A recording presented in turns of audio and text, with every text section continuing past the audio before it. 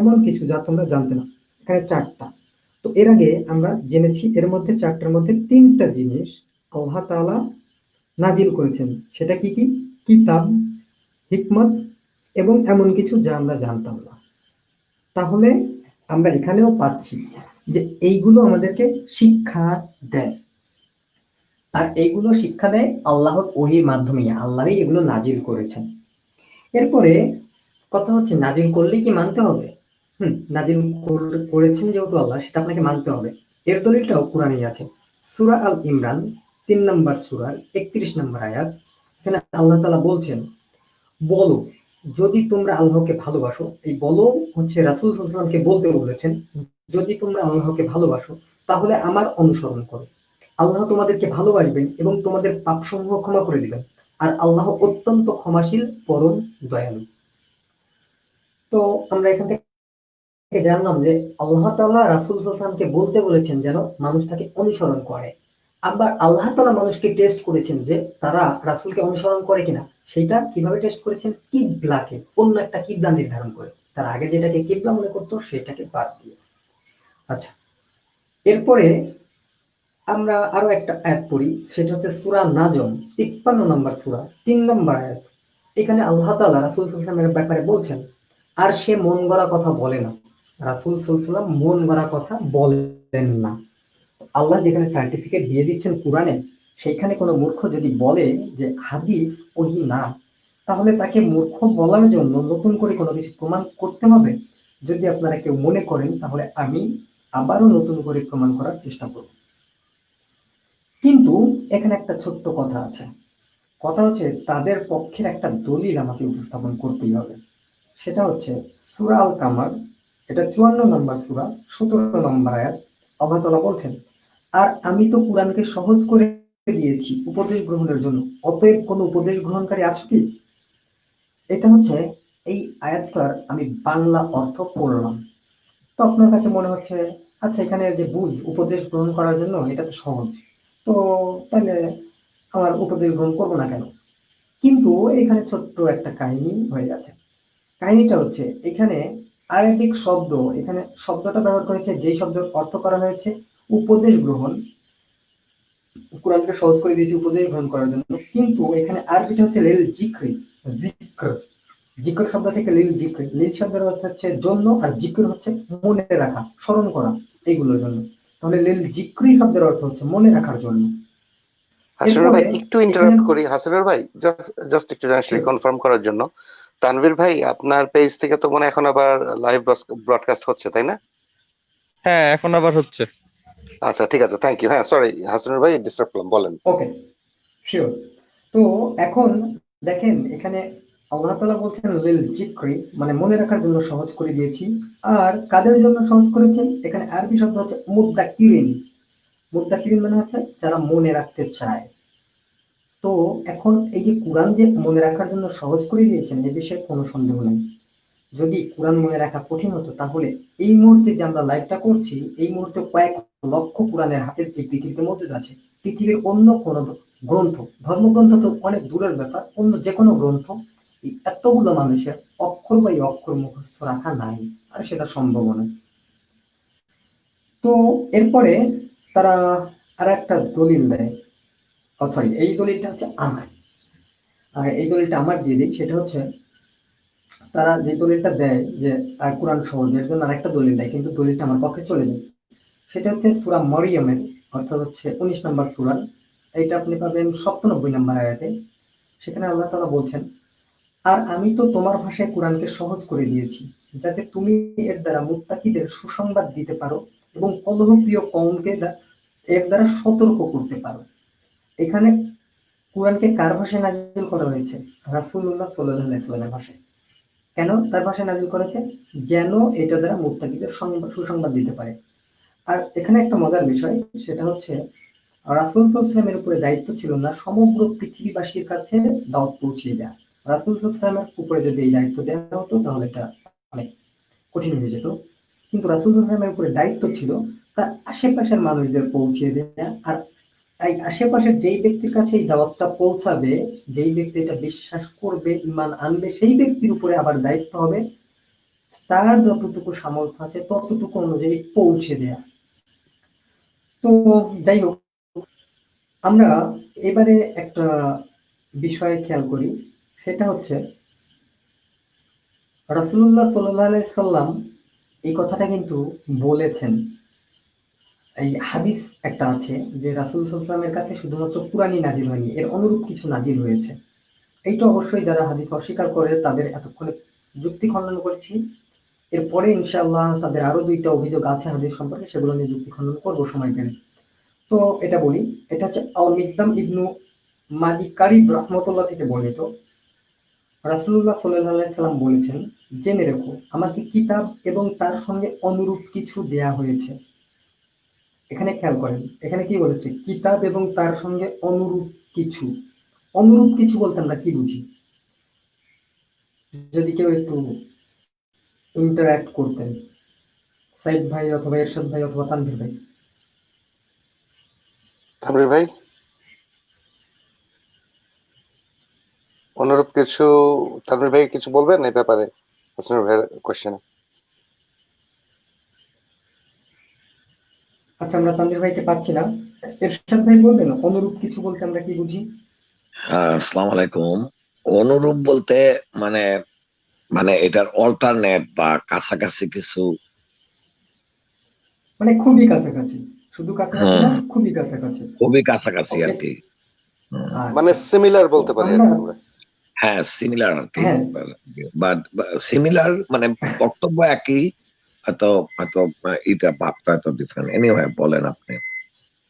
Exactly. আচ্ছা আমি একটু তো যদি এখন, হাসিনুর ভাইকে একটা কোশ্চেন করি এর মধ্যে, হ্যাঁ, জি, এই যে এতগুলি কথা বলতেছেন আপনি কাকে উদ্দেশ্য কইরা, এই যে হাদিস কিভাবে আসছে, কোনটা হাদিস হওয়া উচিত, ওহি মানে কাকে উদ্দেশ্য করে আপনি এই যে কথাগুলি বলতেছেন? এরশাদ ভাই, আমি বিশ্বাস করি নলেজ হচ্ছে আমাদের পাওয়ার। যখন মানুষের মধ্যে নলেজ পৌঁছে যাবে তখন মানুষ আপনা আপনি না, নিজের কাকে, চিন্তা মানুষগুলি শক্তিকে, কারা, মানে কাকে উদ্দেশ্য কইরা আপনি এই বক্তব্য, মানে কাকে অ্যাকচুয়ালি বুঝাইতে চাচ্ছেন? এই যে সুন্দর কইরা যে কোরআনের আয়াত দিচ্ছেন, এই যে ওহির কথা বলতেছেন, কাকে অ্যাড্রেস করতেছেন? মানে মানুষ কাকে? আপনি কি মুসলিমদেরকে অ্যাড্রেস করতেছেন, না সংশয়বাদীদেরকে অ্যাড্রেস করতেছেন, নো, না নাস্তিকদের? আমি এখানে কাকে, মানে কোনো, আপনার তো একটা টার্গেট আছে যে আমি এদের ভিতরে নলেজটা দিতে চাই, উদ্দেশ্যটা কার দিকে?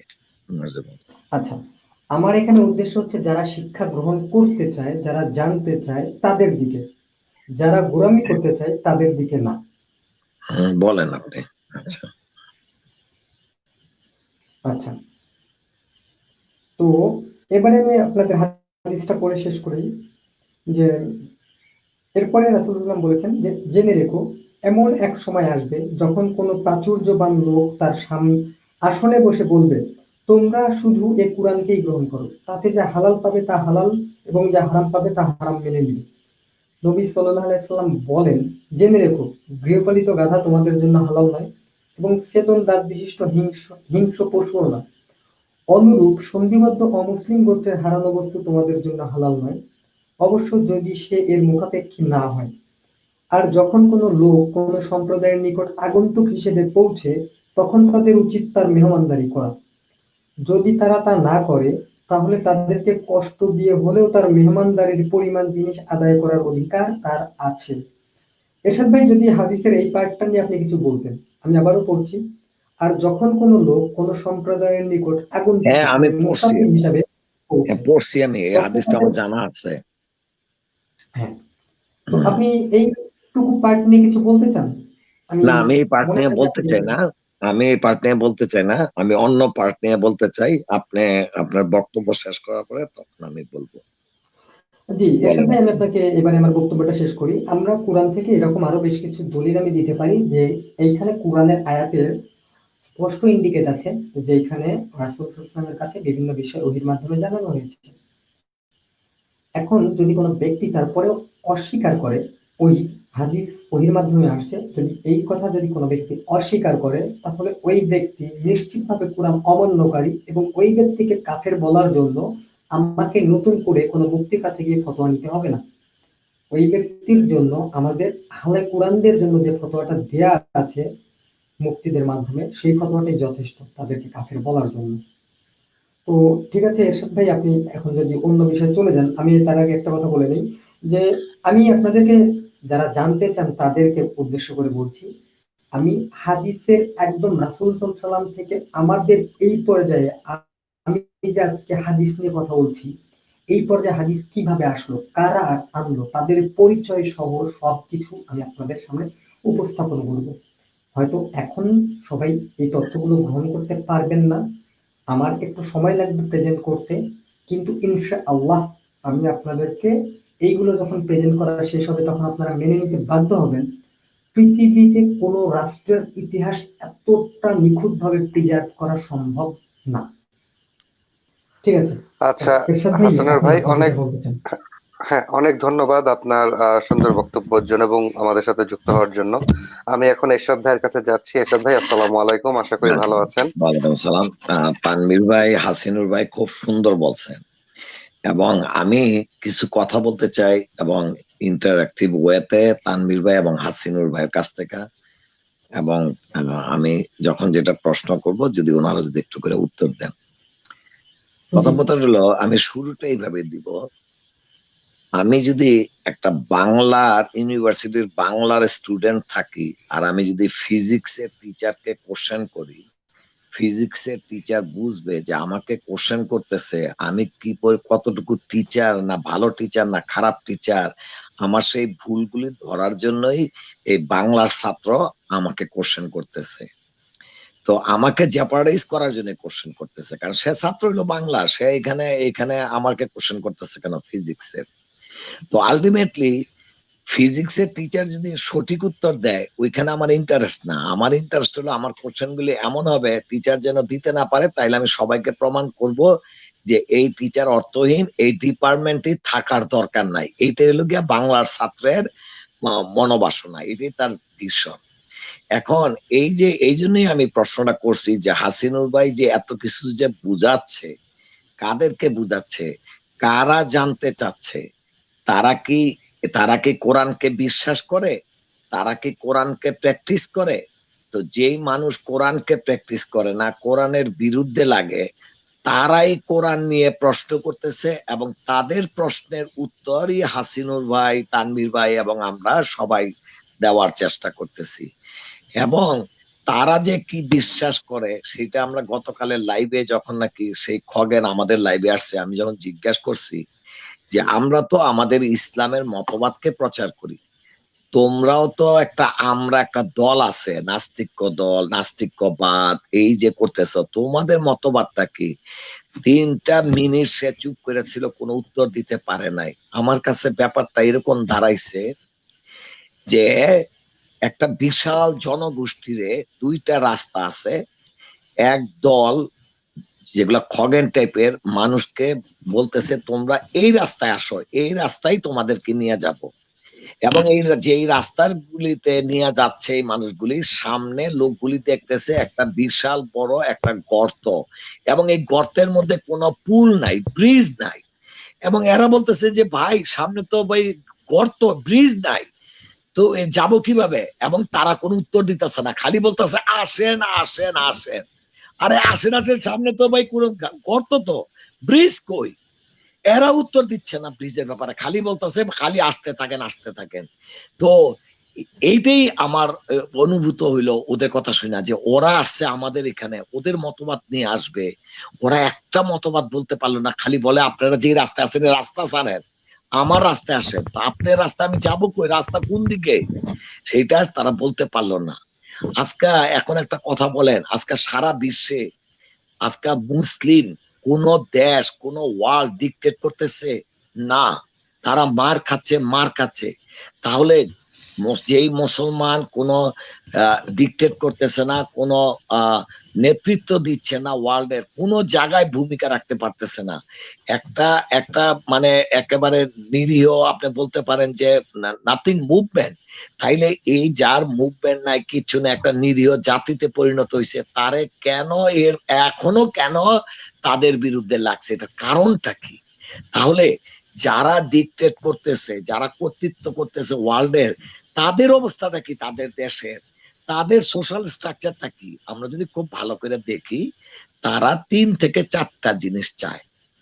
নাম্বার 1, তারা চায় একক কর্তৃত্ব, যে তারা তাদের ব্রেন থেকে যা আসবে এইটাই হলো সহি, আর সমস্ত পৃথিবীর মানুষ সব হলো গাধা এবং গরু, এবং তারাই মুটিময় কয়েকজন, তারা মনে করে যে তারাই সবচেয়ে ভালো বুঝে। এবং এই ভালো বুঝার পিছনে তাদের কনফিডেন্ট কেন গ্রো হয়েছে, যে প্রতিটা মানুষ ইনকাম করার জন্য, প্রতিপত্তি করার জন্য মানুষ চেষ্টা করে। 700 কোটি মানুষ, সে কিছু একটা হইতে চায়, সেইখানে গুটি কয়েকজন মানুষ তারা দেখছে যে আমরা 700 কোটি মানুষের চেয়ে বেটার করতেছি, আমাদের কোম্পানি সারা ওয়ার্ল্ডে রুল করতেছে, তাইলে আমার ব্রেইন সমস্ত মানুষের চেয়ে বেটার, এইটা আমি প্রমাণ করলাম। তাহলে আমার ব্রেইন যদি সমস্ত মানুষের চেয়ে বেটার হয়, তাহলে আমি আমার অনুযায়ী আমার এই পৃথিবীকে রুল করব।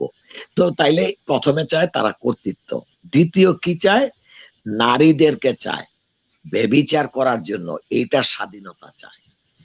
তৃতীয় কি চায়, মদ খাইতে চায়, কারণ এইটার স্বাধীনতা চায়। চতুর্থ কি চায়, যে মানুষের যে স্বাধীনতা, যে বলার রাইট, এইটাকে হরণ করতে চায়।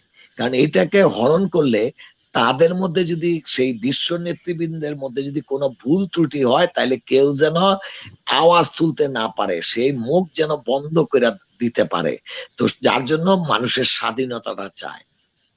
এবং এবং আরেকটা কি চায়, সুদ ভিত্তিক, মানে কোন মানুষ, আমি ওই যে এই এই ডাইন দিকটা কলা দিলাম, বাম দিকটা নিয়ে গেলাম, মানে দেখায় নিয়ে গেলাম, অ্যাকচুয়ালি তাদের পুরা পরিশ্রম, তারা আমাদের কাছে দাসত্বের মতন কাজ করবে। আগে যেমন দাস ছিল, সে কোনো পারিশ্রমিক পাইতো না, হ্যাঁ, দাসের বিনিময়ে খাওয়া পড়া থাকার জায়গা থাকতো। আচ্ছা, আর এখন হইলো গিয়া এর চেতনা নিম্নমানের, যে আমি আমার বাসায় রাখলেও তোমার একটা ভালো একটা কামরাতে রাখতে হইতো। মনে করেন আমার বাসায় একটা আমি দাস রাখুন কিনা, তাহলে তো ওরা আমার ঘরের মধ্যে রাখতে হইব, এখানে এসির বাতাস পাবে। কিন্তু এই দাসত্ব হলে এমন দাসত্ব, যে তোমারে কোনো বিল্ডিং এ রাখুক না, তোমারে একটা অপরিচ্ছন্ন জায়গায় রাখুক, তোমারে 3 বেলা খাবার দিব না, 2 বেলা খাবার দিব, কারণ আমি বেতনটা এমন ভাবে দিব যে তোমার লাইফটা কোন রকম করে চলে, আবার সেই টাকাটা আবার আমার হাতে আসবে। তো বেসিক্যালি তুমি জানতেছো তোমার। হ্যাঁ, এরশাদ ভাই, একটু দৃষ্টি আকর্ষণ করবো আপনার, এখানে এক ভাই কমেন্ট করেছেন, আপনার কথার সাথে মনে হয় কমেন্টটা একটু মিলে যাচ্ছে, আপনি একটু দেখবেন এটার ব্যাপারে যদি কিছু বলেন। আমি এখানে দিচ্ছি, আপনি দেখতে পাচ্ছেন? মানে তাদের মূল সমস্যাটা ইসলামকে নিয়ে, যে সেটা কি দেখতে পাচ্ছেন স্ক্রিনে? একজন বলছে কি বলেন ভাই, সব কোনটা, আমি আচ্ছা জায়গা আমি দেখতেছি কোনটা। সারা দুনিয়া জানে যে ইসলাম একটা ক্যান্সার। আচ্ছা, না, ভেরি গুড। এখন দেখেন, উনি যদি মনে করে ওনার, আবার দেন এটা দেন, আপনাকে আবার দেন একটা। ওকে, আচ্ছা, এই যে উনি শব্দটা ব্যবহার করছে ক্যান্সার। আচ্ছা, উনি ক্যান্সার হইলো, ক্যান্সার আসলে জিনিসটা কি? হ্যাঁ, আমি যদি একটু ওনার কমেন্টটা নিয়ে ব্যাখ্যা করি, সেটা হলো, একটা সুস্থ দেহ চলতে গেলে সুস্থ সেল দরকার। ওকে, তো সুস্থ সেলের মধ্যে যখন কিছু সেল থাকে যেটা দেহকে সুস্থ করে না, সেটাকে বলা হয় ক্যান্সার সেল। এখন এই যে ক্যান্সার সেল হলো বিধ্বংসী, মানে দেহকে নষ্ট করবে।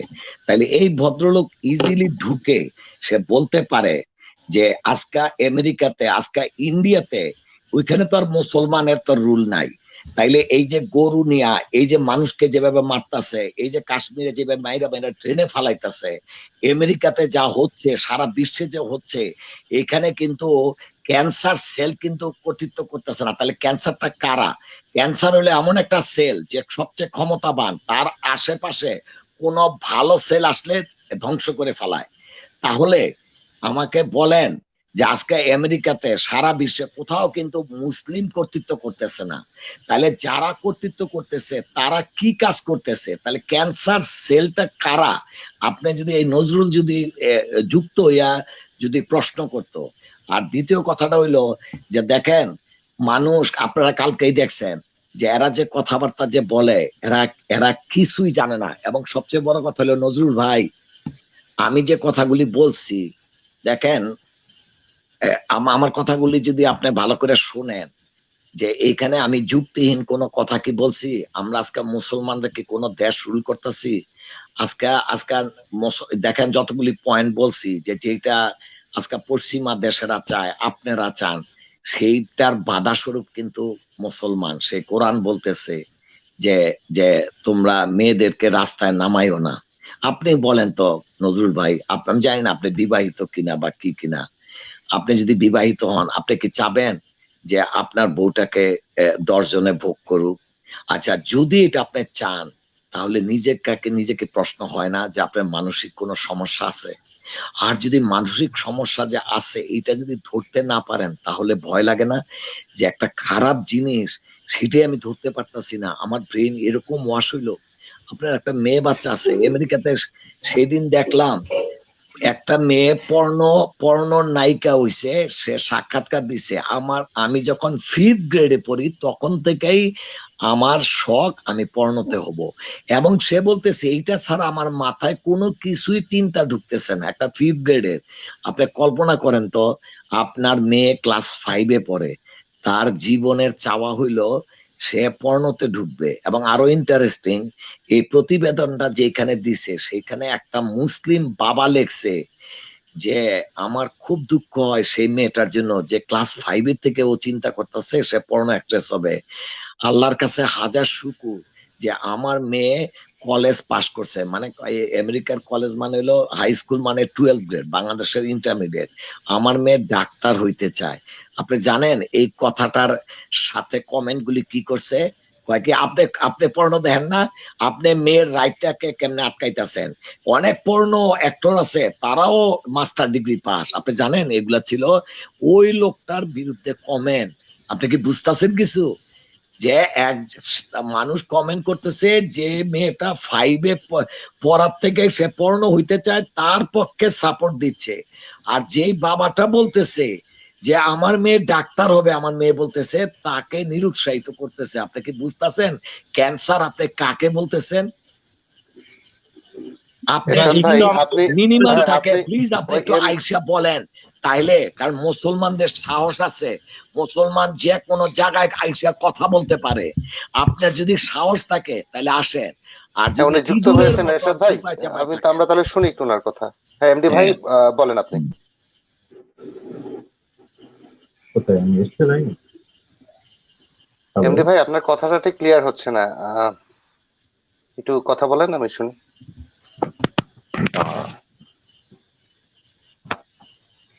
হ্যাঁ, হ্যাঁ এমডি শুনতে ভাই শুনতে পাচ্ছেন? পাচ্ছেন? হ্যাঁ হ্যাঁ, জি এবার শুনতে পাচ্ছি ভাই, বলেন। আচ্ছা, আপনারা ইসলামের গুণগান করছে ওই শুনে আর কি আসলাম। আমি ভারত থেকে বলছি, ভারতে থাকেন। আচ্ছা জি বলেন। আচ্ছা, আমি সাইফুদ্দিন যে ভাইকে একটু কথাটা, দৃষ্টি আকর্ষণ করছি, ওনার কণ্ঠটা ক্লিয়ারলি শোনা যাচ্ছে না। যদি ওনাকে একটু বলেন যে ওনার কণ্ঠটা একটু মানে পরিষ্কার ভাবে যদি কথাগুলো বলেন তাহলে আমাদের সুবিধা হয় বুঝতে। আহ, আসলে আসলে আমার বাংলা কথা ভালো না, কারণ আমি বাংলা লেখাপড়া সেখানে, ঠিক আছে। উম, হুম হুম, হ্যাঁ বলেন ভাই, আমরা বুঝতে পারছি আপনার বাংলার কথা, আপনি বলেন। জাস্ট আপনার মানে সাউন্ডটা একটু ক্লিয়ার হচ্ছিল না। আচ্ছা, আপনি যতটুকু পারেন সম্ভব সাউন্ড একটু ক্লিয়ার করেন, তারপর কথা বলেন। আচ্ছা, আমি আহ,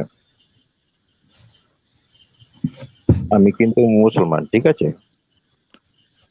আর জি। ছোটবেলায় আমি আপনাদের মতন নামাজ রোজা আমিও করেছি, ঠিক হুম আছে। হুম। তারপরে আহ, আমি কিন্তু মাদ্রাসায় পড়িনি, আমি একটা প্রাইভেট স্কুলে পড়েছি। আচ্ছা। আমি যখন ওই আমাদের একটা স্কুলে যখন পড়তাম, একটা খ্রিস্টান মিশনারি স্কুল, ওখানে জি। আমি আচ্ছা, একাই আমি তো ছিলাম। সরি, আপনার নাম কি? নজরুল ইসলাম এমডি দেখতেছি, মানে একটু ক্লিয়ার। হ্যাঁ, হ্যাঁ, একটু আগে যে কমেন্ট করেছিল ওই নজরুল ইসলাম, ওই ওকে ওকে, হ্যাঁ বলেন, শুনতেছি। ইসলাম না, নজরুল, শুধু নজরুল। জি হ্যাঁ তো নজরুল, বলেন জি। তো আমি যখন স্কুলে পড়তাম, ও যখন আমি একাই ছিলাম মুসলমান, 800 ছাত্র ছাত্রীদের মধ্যে ছিলাম আমি একাই মুসলমান, ঠিক আছে। তো হুম। যখন ছোটবেলায় ছিলাম আমাকে খুব ভালোবাসতো তারা। তারপর আস্তে আস্তে বড় হলাম, আমার জ্ঞান বাড়লো, আচ্ছা বাড়ছে। আমি নজরুল ভাই একটু থামাবো আপনাকে। আপনি হ্যাঁ, পরিচয় দিচ্ছেন মুসলিম এবং এখন হ্যাঁ, গল্প বলছেন মাদ্রাসার এবং হুম। তারপরে অন্য অন্য জায়গায় পড়াশোনা করছেন। আপনার কমেন্টটা আপনি একটু পড়েন তো। আমি ওইটাই আসছি, ওইটা আসার না আগে আমি একটু না ওই ভাই টক শোর মতো রাজনীতিবিদদের মতো বললেন না আমি ওইখানে আসছি তারপরে 5 বছর মেহের ওইখানে ভাই ওনাকে আসতে পারে না। বলবেন। না 1 মিনিট হাসিনুর ভাই চুপ আচ্ছা থাকেন। ঠিক আছে, বাদ দিন। আমি সরি আমি আমি আমি চাচ্ছিলাম যে আমি একটু ব্যাকগ্রাউন্ডটা না, একটু না বলতে চাচ্ছি। ব্যাকগ্রাউন্ড জানার আচ্ছা দরকার ঠিক নাই আছে, ভাই। ব্যাকগ্রাউন্ড হচ্ছে আচ্ছা ঠিক আপনার আছে, বর্তমান অবস্থানটা বলেন শুধু। না আচ্ছা কোনো ঠিক পিছনের আছে, অসুবিধা ইতিহাস নাই। আচ্ছা না ঠিক মেহেদী ভাই, আছে, এরশাদ ভাই। নজরুল ভাই, আপনার বর্তমান অবস্থা বলা লাগবে না। আমি যে স্টেটমেন্টটা দিছি, এই স্টেটমেন্টের মধ্যে আপনি প্রমাণ করবেন অ্যাকচুয়ালি ক্যান্সারটা কারা। আজকে যে সারা বিশ্বে হ্যাঁ এই যে ঘটনাগুলি ঘটতেছে, এই যে হুম। আপনি দেখতেছেন, কিন্তু যদি আপনি ইন্টারন্যাশনাল নিউজ দেখেন কি হচ্ছে, আমি বলছি কিন্তু মুসলমানরা কর্তৃত্ব করতেছে না, এবং হ্যাঁ, তাদের আপনি এজেন্ডাটা বলেছেন কি আমি মুসলমানের। শুনেছি। হ্যাঁ, এইটাই আপনি যদি বলেন, আমার আপনি কোনো বলতে অসুবিধা নাই। চাচ্ছেন আপনি যে যদি বলেন যে আমরা এটা মানি না, আপনি, এটা যুক্তি দেখান, কোনো অসুবিধা নাই। You have a free to speech. ঠিক বলেন। আছে, আপনি সারা দুনিয়া কেউ মানে কোনো মুসলমান নেতৃত্ব দিচ্ছে না, ঠিক আছে, এটা আমি জানি। হ্যাঁ, এখন উম, সারা দুনিয়া অনেক ধর্ম আছে, তা কোনো ধর্মে কিন্তু আহ এরকম কথা লেখা নেই যে মানে অন্য বিশ্বাসীদেরকে অপমান করো, তাদেরকে মারো কাটো। লাভ শুধু নাই তো। একমাত্র আচ্ছা, ইসলাম ধর্মে যদি থাকে কাটো মারো, ইসলামের তো আর ক্ষমতা নাই, ওদের হাতে তো আর তলোয়ার নাই, তো অসুবিধা তো এরশাদ নাই। ভাই, হ্যাঁ, একটু বলেন। একটু আমি add করি। আচ্ছা এরশাদ ওই ভাই, কাকে বলুক। তানভীর ভাই এক এরশাদ মিনিট, তানভীর ভাই এক মিনিট, ভাই এক ভাই মিনিট, এক মিনিট, আপনারা তানভীর পাঁচ ভাই ছয় জন একসাথে আমি কথা বলেন না প্লিজ। আপনার 5-6 জন কথা বলতেছেন আচ্ছা একসাথে। সাইদ ভাই, আমি আমি আমি সাইদ ভাইয়ের মিউট কাছ করে থেকে দেবো কিন্তু একজন একজন করে সবাইকে। ভাই অনুমতি নিলাম। আপনারা একসাথে কথা বলবেন না প্লিজ। হ্যাঁ, একজন যখন আর কথা বলবে সাইদ নজরুল ভাইয়ের ওভারল্যাপ ভাই কাছ করবেন থেকে না। অনুমতি আমি দেন। 1 মিনিট নজরুল ভাই অনুমতি বলেন। চাচ্ছি। সাইদ ভাইয়ের কাছ থেকে 1 মিনিট অনুমতি চাচ্ছিলাম। আমি জাস্ট আমি হচ্ছে যে আমাদের এমডি নজরুল ভাই একটা প্রশ্ন করতে চাই, জাস্ট একটা। আচ্ছা আচ্ছা ঠিক আছে, হাসিনুর ভাই 1 মিনিটের মধ্যে আপনি একটু সংক্ষিপ্ত করবেন প্লিজ হাসিনুর ভাই, আবার অন্য ভাইরাও আছেন ওনারাও যুক্ত হ্যাঁ, হবেন। আমার হ্যাঁ করেন, দৃষ্টিতে আপনার প্রশ্নটা করেন। এমডি এমডি নজরুল ভাই করতে পারি আপনাকে একটা। হ্যাঁ বলুন, আপনি বলুন। বলেছেন যে আপনি নামাজ পড়তেন এক সময়, আপনি আমাকে জাস্ট বলবেন যে 5 ওয়াক্ত সালাতের মধ্যে সুন্নতে মুয়াক্কাদা কয় রাকাত সালাত আছে? দেখেন আমি 30 বছর হয়ে গেছে। হাসিনুর ভাই, আমরা না দেখেন, কে সে যদি মুসলমান নাও হয়, এমনকি সে যদি পৃথিবীর সেরা মনে করেন 10টা মুসলিম মাইরে আসছে, তো আমার কোনো আপত্তি নাই। আমি চাই আমি যে কথাগুলি না না, বলছি সে যদি শুই না থাকে, সেই কথার যে কোন কোন জায়গাটা এরশাদ ভুল ভাই, বলছি বা কোনটা, সে তার কথাটা আমি বলুক। আরে বলতে দেন ভাই প্লিজ, আমি তার কথা সে বলুক। এরশাদ ভাই তারে একটা প্রশ্ন করছি, তার উত্তরটা তারে দিতে দেন, তারপরে যা ইচ্ছা বলে। আমি কোনো কথাই বলবো না, জাস্ট এটা বলছি। একটু বলেন যে 5 না ওয়াক্ত সালাতের মধ্যে হাসিনুর ভাই সুন্নতে আপনি মুয়াক্কাদা প্রশ্নটা কয় রাকাত? করছেন কেন? আপনি কি মানে টেস্ট করতে চাচ্ছেন যিনি আসলে মুসলিম কিনা, এটার জন্য কি? ভাই আমি কেন করছি আপনার এই উদ্দেশ্যটা জানার দরকার না, ওনাকে জাস্ট প্রশ্ন করেছি, উনি উত্তর দিলে দিবে, না দিলে না দিবে, দ্যাটস ইট। আচ্ছা ঠিক আচ্ছা, আছে। আমি বলি, আমি আমার বয়স এখন 50, ঠিক আছে, আর 30 বছর হয়ে গেছে আমি নামাজ কালাম পড়িনি। 30 বছর আগে পড়তাম, কিন্তু এখন আর পড়িনি। আমার এখন ভালো লাগে না পড়তে সব এইসব হালচাল থেকে। এখন আমি মুসলমান, এটা 100%। আর পড়িনি কারণ এইটা, আমি যখন আমার মানে মানে বিকাশ ঘটেছে যখন একদিন মসজিদে ইমাম সাহেব যখন খুতবা দিচ্ছে, ওনার খুতবায় একটা কথা দেখলাম যে ও হিন্দিতে বলছিল যে আহ, যারা অমুসলিম তাদেরকে জ্ঞান দাও, তাদেরকে একটু আল্লাহর কাছে দোয়া করছে যে তাদের জ্ঞান দাও, তারা যাতে ইসলামে প্রবেশ করুক, ইসলামে চলে আসুক, এই ধরনের একটা জ্ঞান দিচ্ছে। এমডি ভাই আমি একটু থামাচ্ছি আপনাকে। আপনি কি কোশ্চেনটা শুনেছেন? হাসিনুর ভাইয়ের প্রশ্নটা কি ছিল আচ্ছা, আরেকবার বলুন দেখি। দেখেছেন? আপনি কোশ্চেনটা না শুনেই আপনি একটা অ্যান্সার করছিলেন। আচ্ছা হাসিনুর ভাই আপনি কি আরেকবার রিপিট করবেন কাইন্ডলি? জি, আমার প্রশ্নটা ছিল 5 ওয়াক্ত সালাতের মধ্যে সুন্নতে মুয়াক্কাদা কয় রাকাত সালাত আছে? আচ্ছা, আমি আমি আপনাকে আপনাকে আরো কি একটু সহজ বললাম? করে দেই। যে আমি আপনার আপনি জীবনে আচ্ছা মাত্র হাসিনুর ভাই, আচ্ছা একটা হাসিনুর ভাই, আচ্ছা হাসিনুর ভাই একটা কথা বলি। নজরুল ভাই কি বলছে? নজরুল ভাই বলছে আমি 30 বছর ধরে নামাজ পড়ি না, জাস্ট খালি আমি নামে মুসলমান, মুসলমান ঘরে জন্ম নিছি, এবং কি কারণে সে আর নামাজ পড়ে না এবং এইটার ব্যাপারে সে মোটা ইন্টারেস্ট না, এবং নট অনলি দ্যাট, সে তার অবস্থানটা হলো এখন এরকম যে তার ভিতরে এই জিনিসটা আসছে যে ইসলাম আসলে একটা ক্যান্সার এবং এটারে সরাইতে হবে। এইটা হলো তার অবস্থান। তার যদি আপনি আবার জিজ্ঞাসা করেন এই কোরআনের কোন এক্স্যাক্টলি। আয়াত কোনটা, এটা কিন্তু মেক সেন্স না। এই জন্য আমি হ্যাঁ, বলছি নজরুল এরশাদ ভাই, ভাইকে, নজরুল ভাইয়ের কথাটাই বলতে দেন, আর কিছু না। এটা এরকম বলেন। ফালতু আচ্ছা প্রশ্ন আমাকে নজরুল করা ভাই, আমি অপেক্ষা। একটু হ্যাঁ। আচ্ছা নজরুল ভাই আপনার সাথে না, এরশাদ ভাই, আমি কি না তাকে না, বলছি ওনাকে যে বলতে আপনি দেন, উনি উত্তরটা আসছে দিতেই তো। হবে? আসিনুর ভাই প্লিজ ভাই আমি কি ওনাকে বলতে দেন। আমি কিন্তু মেহেদী ভাই আপনার এরশাদ ভাই ভাই, কেউ আমি হ্যান্ড কিন্তু করেন। আবার নো। ভাই আমি কিন্তু আবার প্রশ্নটা করতে চাইনি, আমাকে সাইদ ভাই প্রশ্নটা আবার করতে বলছে জন্য আমি প্রশ্নটা আচ্ছা ঠিক করছি। আছে, ওকে ফাইন, ওকে ওকে, অসুবিধা নাই। উনি আসছে, ওনার মতামতটা কিসের উপরে ভিত্তি হবে? আমি যে কথাগুলি বলছি সেইখানে তার মনে হচ্ছে যে আমার কথাগুলি রাইট না, আমার বক্তব্যের সাথে দ্বিমত কইরেই সে এখন বক্তব্য দিবে। আপনার কথাটা খেয়াল করেন, এইখানে উনি নিজের লেকচার দিতে আসে নাই। কথাটা খেয়াল করবেন, সে আসছে আমি যে বক্তব্য দিছি এই বক্তব্যের মধ্যে সে দ্বিমত, যার জন্য সে আমার বক্তব্যকে কোট করবে এবং সে উত্তর দিবে, এই জন্য আসছে। উনি কিন্তু ওনার নিজের লেকচার দিতে আসে নাই। হ্যাঁ, বলেন নজরুল ভাই, বলেন। আচ্ছা, ধন্যবাদ আপনার। এটা খুবই ভালো লাগলো আমার। ঠিক আছে। আচ্ছা, আমি ভারতের পয়েন্ট অফ ভিউ থেকে বলছি। যেহেতু আমি ভারতে থাকি, আমি কেন আমি ভালো খারাপ লাগছে। ভারতে কিন্তু 30% মুসলিম আছে, আর প্রায় 70% আছে হিন্দু। এই ভারত আজাদ হওয়ার পর থেকে 70 বছর কিন্তু এখানে খুবই, 70 না, ধরেন 60 বছর খুবই শান্তি ছিল, কোনো হিন্দু মুসলমান ব্যাপার এরকম কিছু ছিল না। এখন হঠাৎ হলো কেন, একটা মানে প্রশ্ন জাগে, হঠাৎ হলো কেন? তা আমি আমি যে রিজন গুলো আমি দেখছি, আমি যে রিজন গুলো আমি ফিল করছি, সেইগুলো আমি বলবো। এবারে সেটা খারাপ কি ভালো সেটা আপনারা চিন্তা করবেন, ঠিক আছে? এবার হচ্ছে গণতন্ত্রের দেশ, ভারত হচ্ছে গণতন্ত্র দেশ।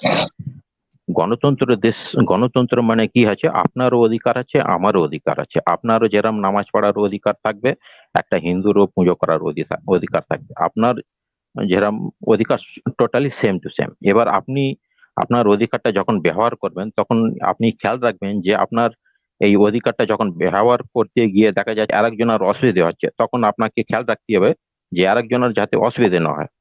সেরকম হচ্ছে, সেই সেই দিক থেকে যে যে দেখা যায় এই যে আজানটা হচ্ছে, এই আজানটারা কিন্তু হিন্দুরা অপছন্দ করে। সকালে ভোর 4টের সময় এই যে আপনারা এত জোরে জোরে চিল্লাবেন, বেসুর আওয়াজ, এত বিচ্ছিরি আওয়াজ, এটা কিন্তু সকালে পছন্দ করে না। ওদের মনের ভিতরে এই রাগটা, ওরা কিন্তু গণতন্ত্র দেশে বাস করে, ওরা বলতেও পারে না, বলেও না, আপনাদেরকে বলেও না, আপনারা বুঝতেও পারেন। ওরা কিন্তু ওই মনের রাগটা ভোটে দিয়ে, বিজেপি কে ভোট দিয়ে, মনের রাগটা কারণে ওই বিজেপি আজকে এই জিতেছে। আচ্ছা আর নজরুল একটা ভাই, নজরুল ভাই আমি আপনাকে থামাচ্ছি না। হ্যাঁ, আপনি আচ্ছা, আমি যখন কথা বলবো আপনি মনেও করবেন না যে আমি আপনার থামাচ্ছি বা বাধা দিচ্ছি, আসলে ব্যাপারটা না। মানে আপনার, মানে আমাদের সবারই বোঝার সুবিধাতে, এই যেমন আপনি যেমন কথা বললেন না, মাঝখানে আমি হয়তো ছোট্ট একটা কোশ্চেন করব আপনার সাথে, আর কেউ কথা বলবে না। আপনি আবার মানে আপনার সহযোগিতা করার জন্য, আপনার কথাটাই ক্লিয়ার হওয়ার জন্য আমি হয়তো মাঝে মাঝে কোশ্চেন করব, আপনি খালি একটু উত্তর দিন, ঠিক আছে? হ্যাঁ বলেন, বলেন। আচ্ছা বলুন, আপনার কোনো প্রশ্ন থাকলে বলুন এই কথার উপরে। হ্যাঁ, এখানে মানে আমি যতটুকু বুঝছি, প্রথম যে আপনি যে জিনিসটা আপনি খেয়াল করছেন যে ইন্ডিয়া একটা গণতন্ত্রের দেশ, সেখানে মুসলিম এবং হিন্দু এবং আরো অন্যান্য ধর্মাবলম্বীর একত্রে বসবাস। ওকে, এখন সেইখানে মেজরিটি হলো হিন্দু আর মাইনরিটি হইলো গিয়া মুসলিম, হয়তো আরো মাইনরিটি আছে, তো মোটামুটি আপনার কথা অনুযায়ী 25% যেটা বললেন যে মুসলিম। আচ্ছা, এখন মুসলিমরা যখন আজান দেয়, এতে হিন্দুদের মানে 80% মানুষের অসুবিধা হয়। আচ্ছা, তাহলে তখন আপনার মনে হইলো যে 80% মানুষের অসুবিধার কথাটা যদি মুসলমানরা একবার খেয়াল নাও করে, এইটা কিন্তু ফেয়ার না। এটি তো আপনার মেইন বক্তব্য ছিল, তাই না? মানে আপনি যতটুকু বলছেন, রাইট হ্যাঁ রাইট। হ্যাঁ, ঠিক আছে। আচ্ছা, রাইট, গুড। আচ্ছা, এখন মুসলমানরা যখন আবার কাঁসা বাজায়, মানে ওরাও কিন্তু, ওদেরও কিন্তু মন্দির আছে এবং ওরা কিন্তু ওদের টাইম অনুযায়ী কাঁসা বাজায়। ওই কখন নামাজের টাইম এইটা আহ, তারা কি খেয়াল করে, মানে আপনার দৃষ্টিতে আপনি কি দেখছেন, মানে আপনার অবজারভেশনে আচ্ছা আচ্ছা আমি জানতে চাচ্ছি, আমি তার আচ্ছা, ঠিক ইন্ডিয়াতে আছে, থাকি না। আমি দেখি হ্যাঁ হ্যাঁ হ্যাঁ, বলেন। আপনার কথাটা আমি বুঝতে পেরেছি। হ্যাঁ ওই যে কাঁসা বাজানি আর একটা মাইক বাজান, এই দুটোকে এক করলেন, আমি বলেন। আমি তো কিছুই করি না, আমি খালি জাস্ট না বলতেছি, না আপনি না, বলবেন আপনি কাঁসার বলেছেন ঠিক আওয়াজ আছে। কতটুকু যায়, আমি তো জানি ঠিক না, আছে আপনি ঠিক আছে। আমাকে। হ্যাঁ হ্যাঁ হ্যাঁ, আপনি আপনি বলেছেন, আপনার কথাটা শুনলাম। এবার আপনাকে আমি ঘুরিয়ে প্রশ্ন করছি, একটা কাঁসার আওয়াজ আর একটা মাইকের আওয়াজের সাথে আপনি তুলনা করছেন, হ্যাঁ, এটা এখন আপনার কি? তুলনা ব্যাপারটা আমি বলি, এবার একটু বলি। মনে করেন হুম 100 ফিট দূরত্বে একটা মসজিদ আছে আর একটা হুম মন্দির আছে।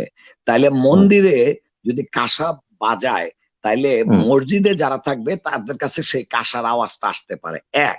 আরেকটা হলো হুম কাঁসার আওয়াজ যদি মাইক দিয়ে ছাড়ে, তাইলে তো হুম। মনে করেন আধা মাইল রেডিয়াসের মধ্যে সবার হ্যাঁ কানেই হ্যাঁ, যাবে। আর কিন্তু আমি না তো জানি ওটাও না ভালো না। অ্যাকচুয়ালি, আপনি আমাকে বলবেন, কারণ আমি তো আর ইন্ডিয়াতে থাকি না। হ্যাঁ হ্যাঁ হ্যাঁ, না হ্যাঁ আমার চোখে এখনো এই ধরনের পড়েনি যে কেউ কাঁসা বাজাচ্ছে তো মাইকে। আমি আমি আজ পর্যন্ত আমার এই বয়সে দেখিনি। ভাই, আমি হ্যাঁ হ্যাঁ একটু কথা বলতে চাচ্ছিলাম এমডি সাহেবের সাথে। তানভীর ভাই হ্যাঁ, একটু বলেন। যদি আমি ওনার সাথে প্লিজ, একটু একটু আচ্ছা, তানভীর ভাই, আমি এইখানে আপনার কাছে না ক্ষমা চাই সাইন আমি।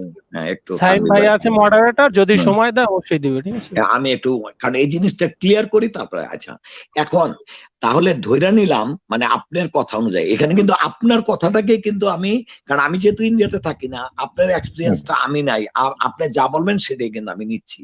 ওকে, হুম ধইরা নিলাম আপনার কথা অনুযায়ী মাইকের হুম আওয়াজটা মেজরিটি মানুষকে ডিস্টার্ব করে, এবং হুম, একটা গণতান্ত্রিক দেশে কোনো রাইট নাই, তুমি তোমার ধর্ম করো কিন্তু আরেকজনকে ডিস্টার্ব করেন না। এখন গুড গুড। সেই মেজরিটি মানুষ যদি মনে করে এই আওয়াজটা বেসুরা হইতে পারে, মনে করেন আমি যদি, আমরা সবাই মনে করি আপনি যতই ভালো গান গান, আমার কাছে মনে হলো এটা বেসুরা, এটাই হুম কাউন্ট হবে, এটাই হুম কাউন্ট, এটাই লজিক্যাল। তো হুম ওই জায়গায় আমি তর্কে যাব না। আচ্ছা, হুম হুম এই সিচুয়েশনে আপনি যে কত বছর, 20 বছর আপনি মুসলমান ধর্ম পালন করছেন, কারণ আপনি বলছেন আপনার বয়স 50-30 বছর ধরে হুম আপনি এটাতে নাই, হুম তাহলে হুম হুম আপনার ফাউন্ডেশনটা কিন্তু, ফাউন্ডেশনটা ভেরি ইম্পর্টেন্ট, এইটা আপনি হুম মুসলিমের। আচ্ছা, এই ব্যাপারে কোরআন হুম। এবং হাদিস কি বলছে আপনি কি জানেন?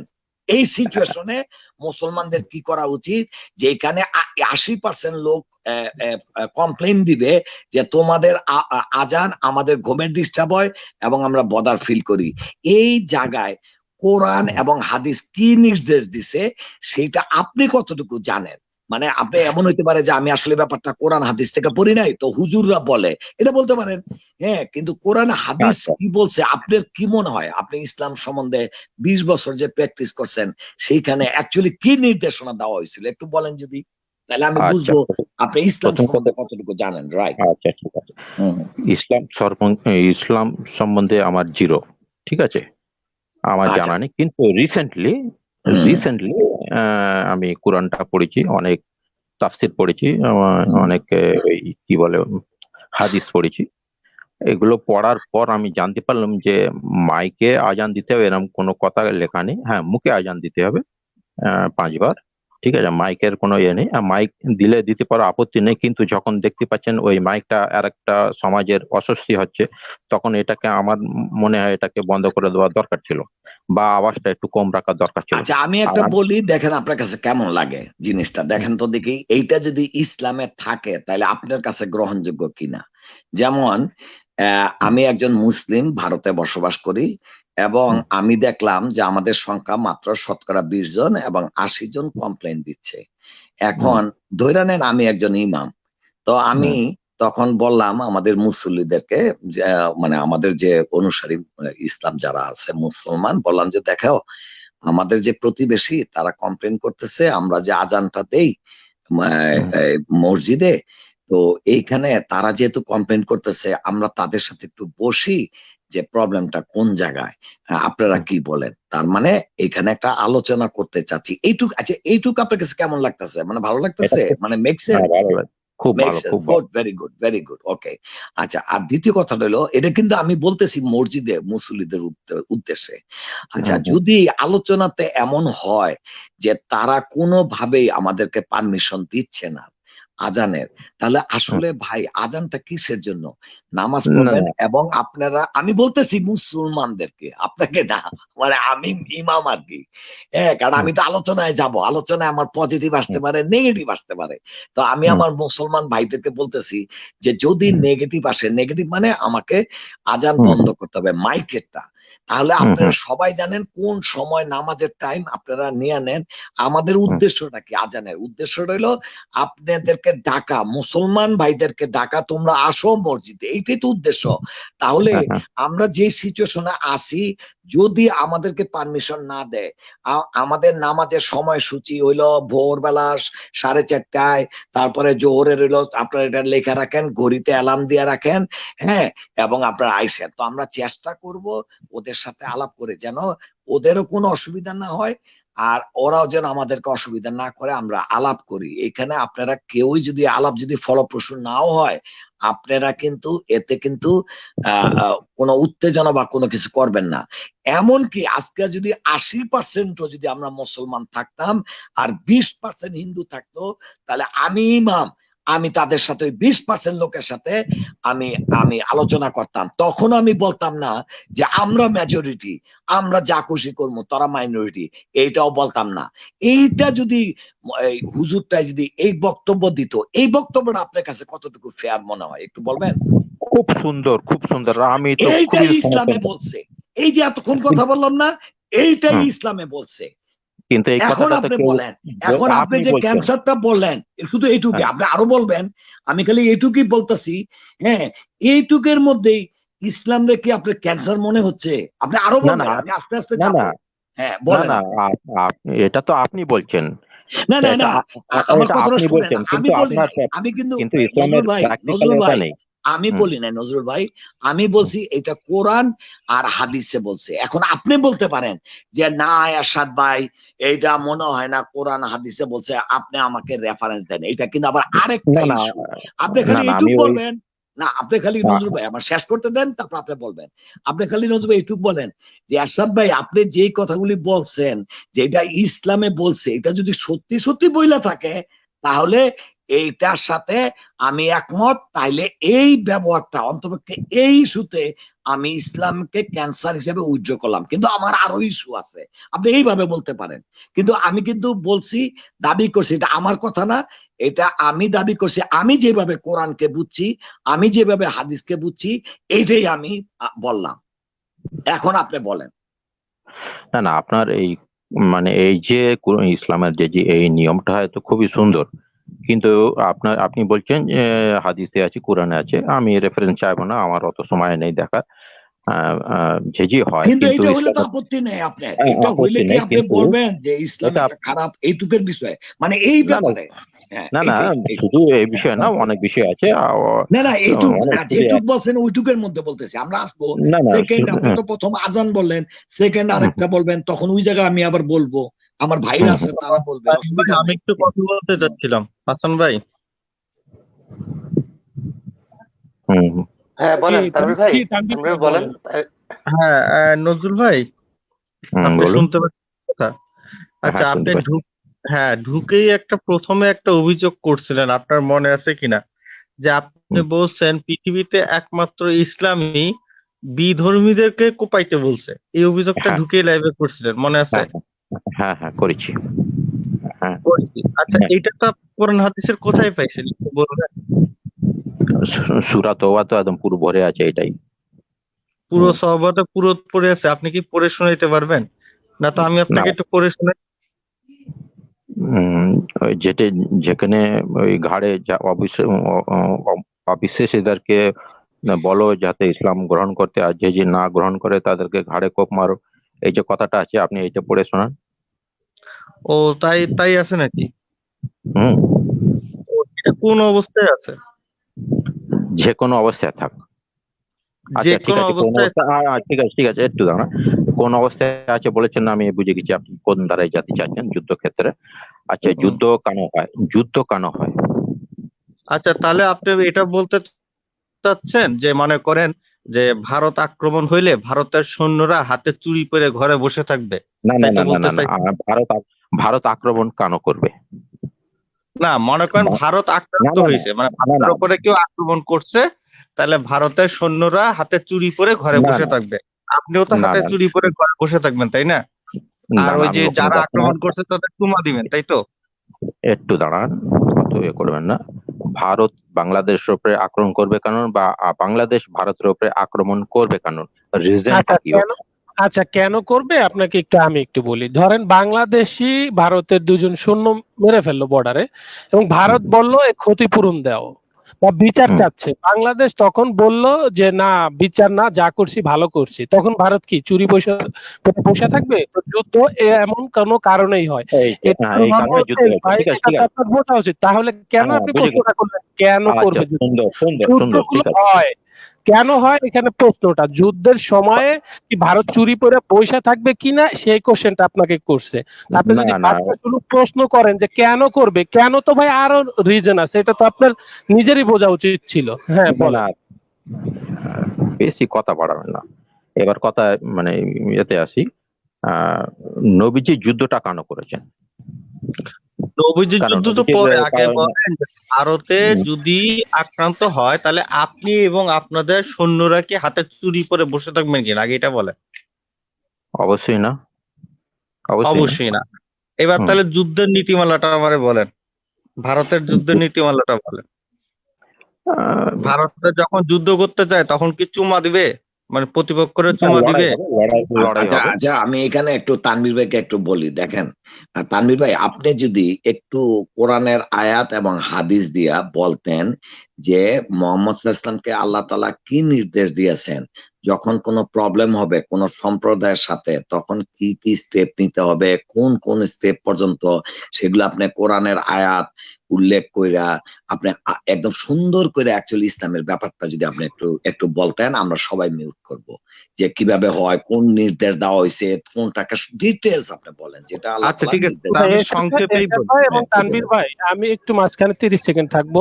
এখানে অভিযোগটা যেই ভাই করছে সেই ভাই না আপনাকে বলবে যে এই যে এই জায়গাটায় বিনা কারণে না না না, এটা হয়তো তানভীর বলা ভাই যদি হয়েছে। বলে, পুরাটা না, বলে, তাইলে তানভীর ভাই নজরুল ভাই বলবে। বুঝতে পারবে যে অ্যাকচুয়ালি ইসলামের নির্দেশটা কি আসলে, কখন যুদ্ধে যাইতে হবে। যখন নাকি তানভীর ভাই বলবে যে এই যে পুরা ডিটেলসটা একটা শুরু থেকে, কোরআনের এই আয়াতে বলছে তোমরা সন্ধি করো, তোমরা কোন একটা অমুসলিম, সেটা যদি একজনও হয় তার সাথে অন্যায় করতে পারবে না, সমস্ত রেফারেন্স দিয়া দেয়া যদি তানভীর ভাই আপনি বলেন তো বলেন। রেফারেন্স জানা না থাকলেও আপনি বলবেন যে আচ্ছা রেফারেন্স আমি আপনি একটু পরে দিবেন, সংক্ষেপে আমি একটা বলতে চাই, ডিটেলসটা। হ্যাঁ একটু হ্যাঁ please। বলেন। আমি বলতেছি, হ্যাঁ। তো নজরুল ভাই, আমি একটু তাহলে কোরআন থেকে আপনাকে একটু আয়াত পড়ে শোনাই, প্লাস সূরা তাওবার আয়াত পড়ে শোনাবো ধর্মের আহ, ব্যাপারে। যারা তোমার, হ্যাঁ, সূরা মুমতাহিনা 60 নম্বর চ্যাপ্টারের 8 নং আয়াত পড়তেছি। ধর্মের ব্যাপারে যারা তোমাদের বিরুদ্ধে লড়াই করেনি এবং তোমাদেরকে দেশ থেকে বহিষ্কৃত করেনি, তাদের প্রতি সদাচরণ ও ইনসাফ করতে আল্লাহ তোমাদেরকে নিষেধ করেন না। নিশ্চয় আল্লাহ ইনসাফকারীদেরকে ভালোবাসেন। এই আয়াতটা কি পড়ছিলেন এইটাই একটু কখনো? বুঝায় দেন, এই যে বলছেন না এটা তানভীর ভাই, হচ্ছে, এইটাই বুঝায় দেন, মানে প্রত্যেকটা আয়াত আচ্ছা বলবেন, দাঁড়ান। অল্প করে জিনিসটা আরেকটু বাংলায় খোলাসা করে বুঝে আবার সেকেন্ডে যাবেন। হ্যাঁ বলেন। হ্যাঁ, এই আয়াতটা কি আপনি কখনো পড়ছিলেন, সূরা মুমতাহিনার 8 নং আয়াতটা? হ্যাঁ পড়েছেন। এটা এটা হচ্ছে আমাদের ভাষায় এটা হচ্ছে ভিকটিম কার্ড। হুম, ভিকটিম কার্ড বলে এটা রিডিম কার্ড মানে? আমাদের। ভিকটিম কার্ড, এটাকে ভিকটিম কার্ড খেলা হয়। যেমন আমি আপনাকে বলি, আপনি বলেছেন তো, এবার আমি বলি। হুম। যখন 510-এর আচ্ছা, নবীজি, তানভীর ভাই, উনি উনি বলতেছেন ভিকটিম কার্ড, ভিকটিম।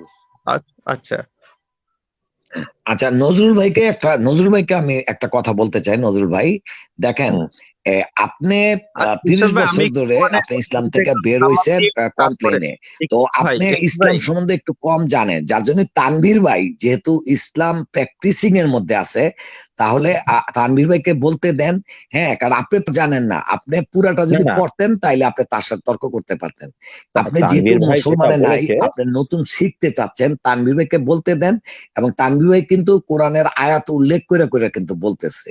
ঠিক আছে উনি ভাই? যে হ্যাঁ আয়াতটা বলেন। হ্যাঁ উনি যে আয়াতটা বলেছে ওইটা হচ্ছে অ্যাকচুয়ালি ওর নবীজির উপরে কেউ যদি হামলা করে, তো আয়াতটা বলছে যে আপনারা রক্ষার জন্য, মানে নিজেকে বাঁচাবার জন্য লড়াই করতেন, এটা ঠিকই আছে, এটা হচ্ছে ভিকটিম হ্যাঁ কার্ড ঠিক বলে। আছে, ওনাকে বলতে দেন, তানভীর ভাইকে বলতে দেন।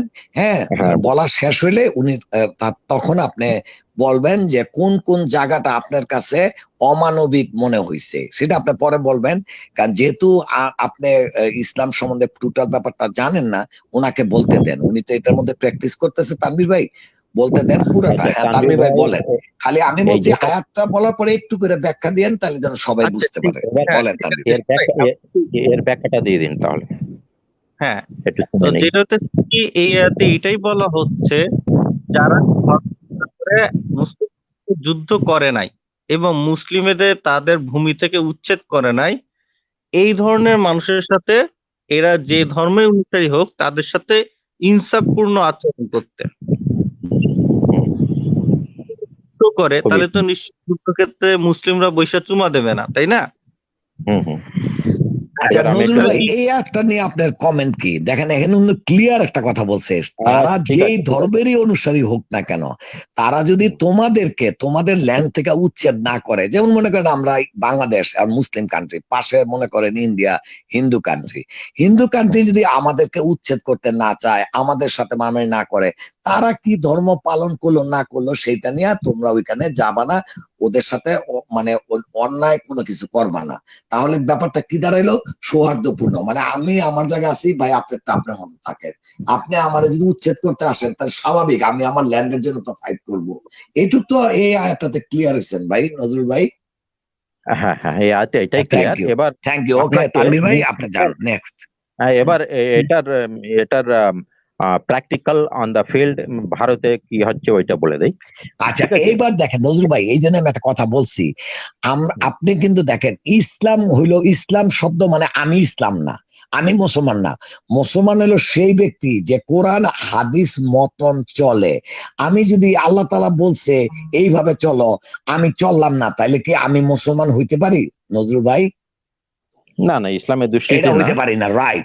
দেখেন সারা পৃথিবীতে ধরে নেন, সারা পৃথিবীতে মনে করেন মুসলমান নামদারি আছে 180 কোটি, এবং 180 কোটির একজনও কোরআন আর হাদিস নিয়ে চলতেছে না। তাইলে কি আমরা বলতে পারি যে 180 কোটি আসলে মুসলমান আছে? না। কোরআন পড়ে থাকবে কিন্তু কেউ ফলো করতেছে না। আপনি কোরআনের দোষারোপ করতে পারবেন না।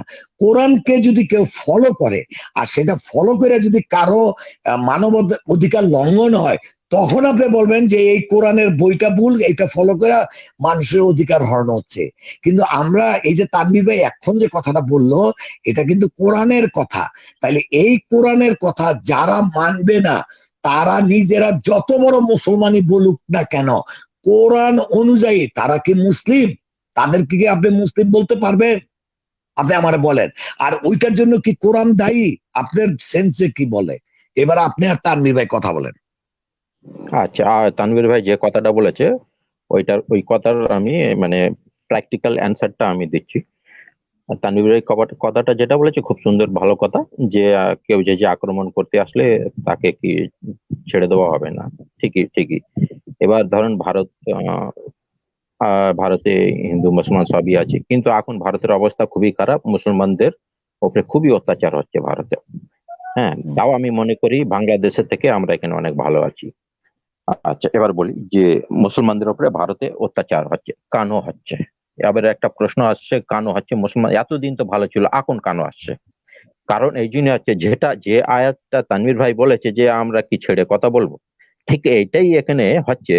জাকির নায়েক 10 বছর থেকে ওই এখানে ওই বক্তৃতা দিয়ে হিন্দুদের দেব দেবীদের এত পরিমাণে অপমান করেছে, যার কারণে হিন্দুদের দেয়াল মানে পিঠে কি বলে, দেয়ালে পিঠ থেকে গেছে না কি বলেন, ওই দেখে গেছে, ওদের এত পরিমাণে ওরা খেপে গেছে, তার রিয়াকশনটা এখন আমরা বুঝতে পারছি হচ্ছে, যেটা তার আপনি মানে আয়াত আপনি বলেছেন চাইতেছেন, ওই আয়াতটাই, ওইটাই হ্যাঁ হিন্দুদের, বুঝতে পেরেছেন?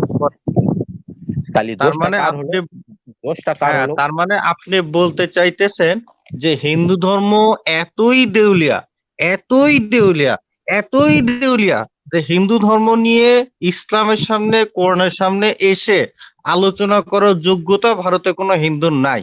এই জন্য তারা জাকির নায়েকের যখন হিন্দু ধর্মের ভুলগুলো ধরিয়ে দিচ্ছিলেন এবং ইসলামের দাওয়াত দিচ্ছেন, দলে যখন যখন ইসলাম গ্রহণ করতেছে, তখন আক্রোশটা মুসলিমদের উপরে পড়ছে।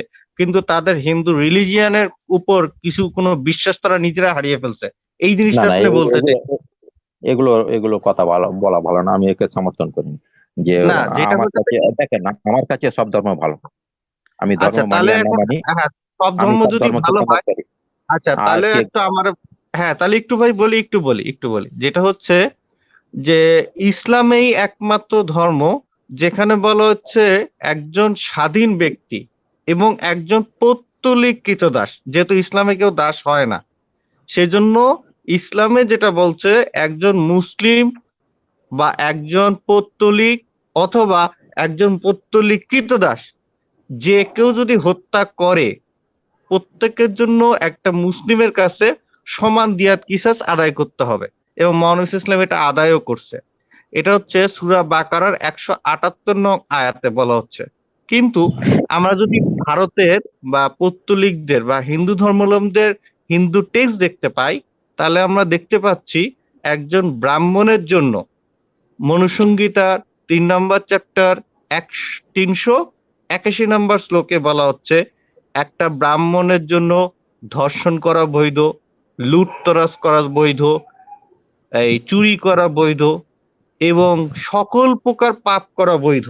এরপরেও ব্রাহ্মণকে কোনো সাজা দেওয়া যাবে না। এবং মনুসংহিতার 11 নম্বর চ্যাপ্টারের 262 নং শ্লোকে বলা হচ্ছে ব্রাহ্মণ যদি পৃথিবীর সকল মানুষকেও হত্যা করে ফেলে তবু তার কোনো পাপ হবে না। এবং মনুসংহিতার 3 নম্বর চ্যাপ্টারের 333 নং শ্লোক এবং 34 নং শ্লোকে বলা হচ্ছে একজন কুমারী মেয়েকে যদি কোনোভাবে ধর্ষণ করা যায়, তাকে সেই ধর্ষিতা ধর্ষকের স্ত্রী হয়ে যাবে। এরপরে এই ধর্ষিতাকে দিয়ে ওই ধর্ষক তাকে দিয়ে পতিতাবৃত্তি করাতে পারবে। এটা বলা হচ্ছে মনুসংহিতার 946, মনুসংহিতার 978, মনুসংহিতার 5 নম্বর চ্যাপ্টারের 154 নং শ্লোক এবং ঋগ্বেদ 10 নম্বর মণ্ডল 34 নম্বর সূত্রের 1 থেকে 14 নং মন্ত্র। এবং ইসলাম এই প্রত্যেকটা জিনিস উচ্ছেদ করছে। ইসলাম কি করছে যে না, একটা ব্রাহ্মণও যদি হত্যা করে, একটা হিন্দু কৃতদাসও যদি হত্যা করে, সবার জন্য ইসলামের সাজা সমান। তাহলে কি আপনি বলতে চাচ্ছেন হিন্দু ধর্মের আইনটাই মানবিক আর ইসলাম এখানে অমানবিক আইন এনেছে? দেখেন, আপনি বেকার ফালতু এত সময় নষ্ট করলেন, আপনিও আমি মুসলমান আপনাকে আমিও মুসলমান। বললাম, আপনি দাঁড়ান, বলছেন হিন্দু কথাটা ধর্ম আমি মানবিক বলি এবং এটা সঠিক ধর্ম, বলি তাহলে আপনি কেন বলছেন যে এটা মানবিকতা? আপনি যে হিন্দু ধর্ম সত্যি ভালো হতো তাহলে আমি তো হিন্দু ধর্মেও ঢুকে যেতে পারতাম। আপনি বেকার না, ওইসব বলে আপনি তো তো সময় নষ্ট করে বললেন লাভ নেই। সব ধর্ম আপনার কাছে ভালো, তাহলে হিন্দু ধর্মে আমি যে ধর্ষণ আমি বৈধ, পতিতাবৃত্তি বৈধ, নিজের মেয়েকে দাসী বানায় বিক্রি আরে করা বাধ্যতামূলক, এটা বৈধ, আরে আপনি একটু একটু দাঁড়ান, শূদ্র আমি বলছি সেটা জন্মগতভাবে শুনেন। ব্রাহ্মণের কৃতদাস, এইটা বৈধ। তাহলে এই জিনিসগুলোকে আপনি অমানবিক দাবি করতে চাইছেন? আরে ওগুলো মানবিক হলে তো আমি তো ওখানে চলে যেতাম। আপনি আচ্ছা আচ্ছা, তানভীর ভাই উনাকে একটু বলতে দেন। হ্যাঁ, একটু বলুক উনি, আরে তারপর আবার আপনি বলেন। আমি তো মুসলমান তো নাকি, আমার হিন্দুতে কি আছে না আছে আমার তো দেখার দরকার নেই। আমি আমার ধর্মটা কি বলছে না বলছে, আমার ধর্মটা কিভাবে ভালো থাকে সেটা চিন্তা করব না, আমার পরের কি আছে না আছে ওগুলো ওরা ইয়ে গাছকে পুজো ভাই, করে পাথরকে তাহলে পুজো যেটা করে। হচ্ছে আচ্ছা তানভীর ভাই, এক মিনিট তানভীর ভাই, আপনার ধর্মটা ভালো হইলো কিভাবে ভাই? আপনি নিজে বলতেছেন আপনার ধর্মটার ভিতরে ক্যান্সার এবং সেই ক্যান্সারকে দূর করতে হবে। তো আপনি আপনি কি ঠিক আছেন ভাই? আপনি যাকে ক্যান্সার বলতেছেন আবার তাকেই মানতেছেন ভাই। আমাকে একটু এই কোশ্চেনটার উত্তর দেন। না মেহেদী ভাই আমার না না এখানে একটু তানভীর ভাই, অবজেকশন। আমি কোশ্চেনটা আপনাকে কিন্তু করি নাই। প্লিজ এক মিনিট, আপনি অবজেকশন দিবেন অবশ্যই, কিন্তু আমি এই কোশ্চেনের উত্তরটা চাই। আমি কি বলছি আর আপনারা কি ফালতু প্রশ্ন করছেন আমি তো ভেবে পাইনি। ভাই আমি কি বলছি? আপনি বলছেন কমেন্টে যে ইসলাম হচ্ছে ক্যান্সার, এই ক্যান্সার দূর করা দরকার। আবার আপনি এখন বলছেন যে আমি ইসলাম পালন করি। আমি এই জন্য আপনাকে কোশ্চেনটা করছি। আমি আমি কি ইসলাম পালন করি কাকে বলে? আমি বললাম আমি মুসলমান।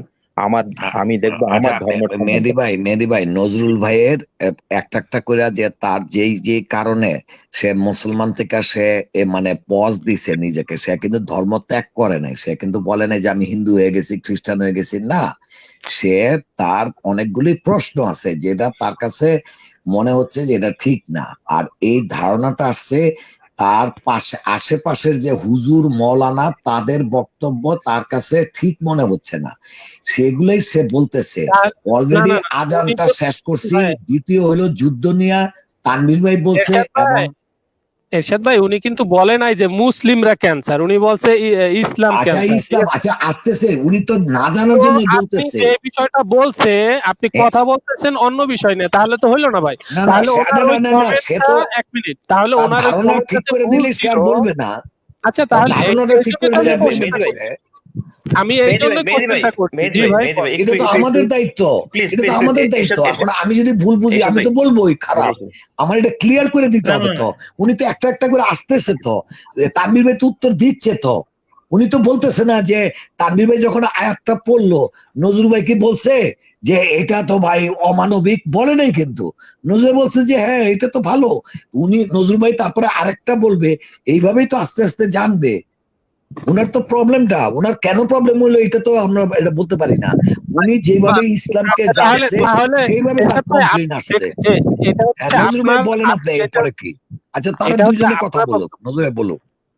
হ্যাঁ, এটা ছিল কিন্তু আপনার বক্তব্য। এখন আপনার বক্তব্যের সাথে যদি সে একমত হয়, তাহলে তো আমি বুঝতেই পারলাম বা দর্শকরাও বুঝতে পারলো। ওকে, আপনি যদি একমত হন তার বক্তব্যে, এরশাদ ভাইয়ের বক্তব্যে, অবশ্যই আমাদের মেহেদী ভাই তানভীর আমি ভাইয়ের তাহলে সাথে একটা কথা সবার চালিয়ে যান। উদ্দেশ্যে একটা কথা বলতে চাই। হ্যাঁ, দেখেন আমাদের লাইভে যেই আসুক না কেন, সে নাস্তিক হোক, হিন্দু হোক, বৌদ্ধ হোক, যেটাই হোক, দেখেন এটা কিন্তু আমাদের দেখার বিষয় না। আমাদের কথা হলো আমাদের ধর্মটা যে বেশ ধর্ম, এইটা আমরা যুক্তির মাধ্যমে আমরা প্রকাশ করব। এখন আমাদের যুক্তি যদি দুর্বল মনে হয় অন্য কোন ধর্মাবলম্বী হইতে পারে বা নাস্তিকের কাছে, তারা তখন পয়েন্ট আউট করব যে আপনি যেটাকে ভালো বলতেছেন সেটা প্রয়োগের বেলায় আমি দেখতেছি খারাপ, তখন আমাদের উপর লায়াবল হয় সেটাকে ব্যাখ্যা করা। কিন্তু আমরা ব্যাখ্যা না করে যদি আমরা অ্যাটাক করি তাহলে কিন্তু এটা হয় না কিন্তু। না, এখন নজরুল ভাই, এরশাদ ভাই এখানে কিন্তু কেউ অ্যাটাক করে নাই, আপনি হ্যাঁ ভুল ফাইন, ভুল তো বলতেছেন। নজরুল ভাইয়ের এই যে হ্যাঁ, দ্বিতীয়টা বললো, এখন তৃতীয়টা যাক। নজরুল ভাই আপনি তানভীর ভাইয়ের কাছে তো শুনছেন কোরআনের আয়াত দিয়া, আপনি এরপরে বলেন, আপনি এবার তানভীর ভাইয়ের সাথে ইন্টারেক্টিভ কথা বলেন, তারপরের কমপ্লেনটা বলেন। হ্যাঁ বলেন আপনি, আবার তানভীর ভাই হ্যাঁ, বলবে। প্লিজ প্লিজ তানভীর সবাই ভাই, তো, বলেন হ্যাঁ নজরুল ভাই বলেন। হ্যাঁ নজরুল ভাই, এখানে এরশাদ ভাই আমি একটা কথা বলি তানভীর, এই প্লিজ প্লিজ আমি তো ওই যে মানে ঘন্টা দেড়েকের মতো চুপচাপ, একটু একটা কথা শুনেন। এই তানভীর ভাই যে আয়াতটা বলছে, উনি কিন্তু ওই আয়াতটা নিয়ে কথা বলে নাই, উনি আবার ওই যে যুদ্ধের ইয়ের মধ্যে চলে গেছে। তো আপনি যে আয়াতটা বলছেন হুম, সেইটা কি নজরুল ভাই কি ঠিক মতো বুঝছে কিনা আপনি একটু ফিডব্যাক নেন, ঠিক আছে? না হলে তো উনি সেই মানে একখানে, উনি কিন্তু তবার মধ্যেই রয়ে গেছে, সূরা তবা। আপনি যে পরে যে আয়াতটা বলছেন, আমার ওনার পরবর্তীতে কথায় আমার মনে হলো যে এটা ওনার কাছে ক্লিয়ার হয় নাই এখন পর্যন্ত। ওইটা একটু ওনার কাছে জানেন নেন যে উনি বুঝছে কিনা, যে আপনি যে যুদ্ধনীতির কথা বলছেন, যে যারা আসলে ভূমির থেকে মানে ধর্ম পালন করতে যারা বাধা দিবে না, ভূমির থেকে যাদেরকে সরাবে না, তাদের সাথে কিছু করা যাবে না, তাদের সাথে ইনসাফ করতে হবে। এইটা কি নজরুল ভাই কি বুঝছে কিনা? নজরুল ভাই এই কথাটা একটু জানাক, তারপরে নেক্সট 3 নাম্বার প্রশ্নে নজরুল ভাই যাবে। আর অন্য কেউ ভাই প্লিজ, আমার মতে এরশাদ ভাই, তানভীর ভাই ছাড়া, নজরুল ভাই ছাড়া আমরা কথা না বলি। কারণ উনি একটা স্টেটমেন্ট দিয়ে ফেলছে, স্টেটমেন্টটা ভুল হোক রং হোক কিচ্ছু না, উনি মুসলিম হোক অমুসলিম হোক আমাদের কিচ্ছু আসে যায় না, ওনাকে বোঝানোই দরকার মানে জিনিসটা। এবং আরো অনেক অনেক অমুসলিম ভাই অনেকেই দেখতেছে জিনিসটা, তারাও জিনিসটা জেনে যাক। আমার মতে এটা হবে সবচেয়ে ভালো। ওকে তানভীর ভাই আপনার একটু কথা বলেন, আমি আপনি বেয়াদবি বললাম, কথা বলতে আব্দুল্লাহ ভাই আপনি অনেক ভালো বলছেন। আর নজরুল ভাইকে একটা কথা শুধু আপনি মনে রাখবেন, যে কোরআনের যখন কোন একটা আয়াত নেয়া, 2 লাইনের আয়াত নেয়া যখন আপনি কোশ্চেন করবেন, মনে রাখবেন কোরআনটা কিন্তু লেখা হয়েছে ডিফারেন্ট ভাবে। মনে করেন 2 লাইন বললেন, এই 2 লাইনের জবাব আরো কোরআনের আরো অনেক আয়াতে এটাকে আবার ক্লিয়ার করছে। এটা কিন্তু আপনার মাথায় যেন থাকে, দেখবেন তানভীর ভাই সেটা আনবে। যেমন আপনি একটা দুই লাইনের একটা আয়াত কোট করলেন, দেখবেন ওইটাকে ব্যাখ্যা দেওয়ার জন্য এই কোরআনের মধ্যেই আরো অন্যান্য সূরার মধ্যেও আয়াত আছে। তো টোটালটা যদি আপনি শোনেন তাইলে আপনি বুঝতে পারবেন যারা এইভাবে হঠাৎ করে 2 লাইন 1 লাইনে আয়াত উঠায় এটা যে কতটুকু অযৌক্তিক সেটা তানভীর ভাই বুঝায় বলবে এবং আপনিও বুঝতে পারবেন। হ্যাঁ বলেন এবার দুইজনের কথা। এবার তানভীর ভাই যে আয়াতটা বলেছে সেইটা আমি পরিষ্কার বুঝেছি। তারপরে তানভীর ভাই হিন্দু ধর্ম সম্পর্কে অনেক কিছু বলেন, সেইটার আমি মানে বলছিলাম। ও please please please please please MD ভাই ওদিকে যায় না, ওদিকে যায় না। উনি যেটা বলার উনি বলছে, হয়তো ভুল বুঝাবুঝি হয়েছে, প্লিজ ওদিকে যায় না, ওনার সাথে কথা বলেন। পরবর্তী আপনার হ্যাঁ প্রশ্নটা করেন, 3 নাম্বার প্রশ্নটা করেন। আচ্ছা, এবার যেটা এবার বললাম, আমার একটু একটু আমি ভাই যেটা বলি, নজরুল ভাই একটু বলি, যেটা হলো আপনি বলতেছেন মুসলিমদের ইসলাম নিয়ে থাকা উচিত, অমুসলিমদের দাওয়াত দাওয়াত দেওয়ার দরকার নেই, এইটা হচ্ছে না আপনার না একদম না না সার না না কথা। না না আমি দাওয়াত দেওয়ার কথা দরকার নেই এই কথাটা বলিনি। ওনারা কি করছে না করছে, ওরা কারে পুজো করছে, পাথরকে না গাছকে, আমাদের হুম। ওইটালে মাথা ব্যথা করার কোনো প্রয়োজন নেই। আমাদের আমাদের আপনাদের যেটা সেইটা নিয়ে থাকুন, ওটা কি করছে আমাদের দরকার আচ্ছা, দরকার নেই। এটা ও একটু যখন আপনার সার কথা আপনি হইলো, কিন্তু কোরআনে তো এটাও বলছে সূরা আলে ইমরানের 110 নং আয়াতে যে তোমরাই সর্বোত্তম জাতি, মানব জাতির কল্যাণের জন্যই তোমাদের উদ্ভব করা হয়েছে। এখন মনে করেন আপনি মুসলিম আছেন, খুব সুন্দর একটা জীবন যাপন করতেছেন, আপনার পাশে একজন শূদ্র যে জন্মগতভাবে ব্রাহ্মণে কৃতদাস, তার মেয়েকে এসে একজন ব্রাহ্মণ এসে তার মেয়ের সাথে সেক্স করে যাচ্ছে, ধর্ষণ করে যাচ্ছে, সে কোনো প্রতিবাদ করতে পারতেছে না। একজন ব্রাহ্মণ এসে আপনার পাশে থাকা একজন শূদ্র জন্মগতভাবে ব্রাহ্মণ কৃতদাসকে হত্যা করে ফেললো, তার স্ত্রীকে নিয়ে দাসী বানায় বিক্রি করে দিল, তার মেয়েকে দাসী বানায় বিক্রি করে দিল, অথবা তা কোনো ব্রাহ্মণ তার নিজের মেয়েকে দাসী বানায় 2টা গরুর বিনিময়ে বিক্রি করে দিল। কারণ হিন্দু ধর্মে মেয়েকে দাসী বানায় বিক্রি করাটা হচ্ছে সর্বোচ্চ সম্মানের। একটা মেয়ের সর্বোচ্চ সম্মান হচ্ছে তাকে 2টা গরুর বিনিময়ে বিক্রি করা দাসী হিসেবে। তাহলে এই যদি কালচার হয়, এটা কি মনে হয় যে এটা কোনো ইনসাফপূর্ণ সুস্থ কালচার, এবং সেইটা আপনাকে তাদেরকে সুস্থ একটা দাওয়াত দেওয়া উচিত? এটা কি আপনার মনে হয়েছে একবারও? দেখেন, এই ধরনের কালচার সব জায়গায় আছে। আপনাদের মাদ্রাসায় হুজুররা কি কীর্তি করছে, এই কালচার আবার আপনি দেখেন, আমি ধরলে আপনাকে কি বললাম না আর না আপনি কি বলতেছেন না না ভাই? আচ্ছা তানভীর ভাই, কালচার সব এখানে আমি জায়গায়। একটু কথা বলি। মানে নজরুল ভাই, তানভীর ভাই যে কথাটা বলতে চাচ্ছে, যেমন প্রথম আমরা কি বললাম যে সহাবস্থান, মানে তারা যদি তোমার সাথে অন্যায় আচরণ না করে তাহলে তাদেরকে তাদের মতন থাকতে দাও। এটা কিন্তু গেল একটা ইস্যু। এখন তানভীর ভাই দ্বিতীয় ইস্যু আনছে যে যদি আপনি দেখেন আপনার প্রতিবেশী এমন একটা ধর্ম পালন করতেছে যেখানে প্রচুর অমানবিক কাজগুলি ঘটতেছে, যেমন আপনি বলেন মেয়েটাকে নিয়ে সেবা দাসীতে নিচ্ছে, একটা সহমরণে পাঠাচ্ছে, এগুলো যদি আপনি একজন মুসলিম হইয়া আপনি দেখেন আপনার প্রতিবেশী এটা করতেছে, তারা আপনার কাছে সাহায্য চাচ্ছে, মনে করেন যে মেয়েটা সহমরণে যাচ্ছে, সে বলতেছে বাঁচাও বাঁচাও আমাকে, কেউ হেল্প করো, সে হয়তো তার ঈশ্বরকে ডাকতেছে, সে তো আর আল্লাহকে ডাকবে না, ঈশ্বরকে আমাকে হেল্প করো, তখন আপনি একজন মুসলিম হিসাবে, তদুপরি একজন মানবিক বোধ সম্পন্ন মানুষ হিসাবে অ্যাকচুয়ালি আপনার তখন কি করা উচিত? মানে অবশ্যই চুপচাপ কান বন্ধ করে বসে থাকা উচিত যে করুক তারা? আসলে কি না। করা উচিত আপনার কি মনে হয় নজরুল ভাই এই সিচুয়েশনে? প্রথম কিন্তু আল্লাহ তাআলা বলছে তাদেরটা তাদের করতে দাও, তারা যদি তোমাকে ঘরের থেকে উচ্ছেদ না করে কিছু কইরো না।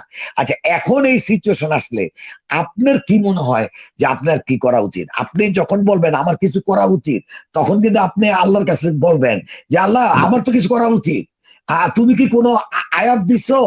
তখন কিন্তু আপনি খুঁজবেন আল্লাহ তাআলা আপনাকে নির্দেশ দিচ্ছে কিনা, কারণ প্রথম আল্লাহ নির্দেশ দিছে তোমাকে যদি ডিস্টার্ব না করে ওদেরকে ডিস্টার্ব করো না। যখন আপনি চিৎকার কান্না দেখতেছেন, আপনি একটা মানুষ হিসাবে আপনার কষ্ট স্বাভাবিক, আপনি আল্লাহর কাছে বলবেন আমি এখন কি করব, এটা বলবেন না ভাই? একটু বলেন না ভাই প্লিজ। হ্যাঁ, এবার যখন আমি দেখবো আমার পাশে কোন একটা ব্রাহ্মণ একটা শূদ্রকে বা একটা এই যে অনাচারগুলি যেগুলো বললো আর কি, এই যে হ্যাঁ যেটা তানভীর ভাই হচ্ছে বললো, হ্যাঁ হচ্ছে যে যে আমি দেখতে পাই, আমি তখন তাকে সমর্থন করব, তারে ওই শূদ্র হয়ে আমি মানে প্রতিবাদ করব, আমি ব্রাহ্মণকে বোঝাবো বা প্রতিবাদ করবেন, ওকে। রাইট। মনে করেন আপনি হ্যাঁ একজন মুসলিম, আমি কিন্তু কথাটা হ্যাঁ খেয়াল করেন, আমরা কিন্তু না দুইটা পার্ট প্রতিবাদ করব, আনতেছি। হ্যাঁ, কিন্তু আমি মুসলিম এ কথা প্রতিবাদ বলবো করবেন, না, রাইট। আমি তো এ কথা মুসলিম বলবো হিসেবে না। তানভীর ভাই, আমি নজরুল ভাই, আমি আপনাকে থামাচ্ছি না, মানে আমি বলতেছি যে আপনি একজন মুসলিম, আপনার প্রতিবেশী এত অনাচার করতেছে, চিৎকার করতেছে, তো আপনি যেহেতু মুসলিম, আপনি আল্লাহকে বিশ্বাস করেন, আল্লাহর আইন অনুযায়ী চলেন, অবশ্যই আপনি আল্লাহর কাছে সাহায্য চাবেন যে আমি কিভাবে এটা প্রতিবাদ করব, চাবেন তো? আল্লাহ তাআলা যদি আয়াত যদি নাও দেয়, তাও আপনি নিজের বোধ থেকে আপনি কিন্তু চেষ্টা করবেন এই শূদ্রদেরকে সংগঠিত কইরা যেটা প্রতিবাদ তোমরা করো, একটা ভালো বুদ্ধি দিবেন, তাই করবেন না আপনি? হ্যাঁ, আমি প্রতিবাদ করব, রাইট, তা বলে আমি রাইট। আর আল্লাহ আরে তাআলা দাঁড়ান। যদি আপনাকে বুদ্ধি দেয় যে এমনি করো, তার আপনি যদি আল্লাহকে বিশ্বাস করেন, আপনি তো সেটাই ফলো করবেন নাকি ভাই?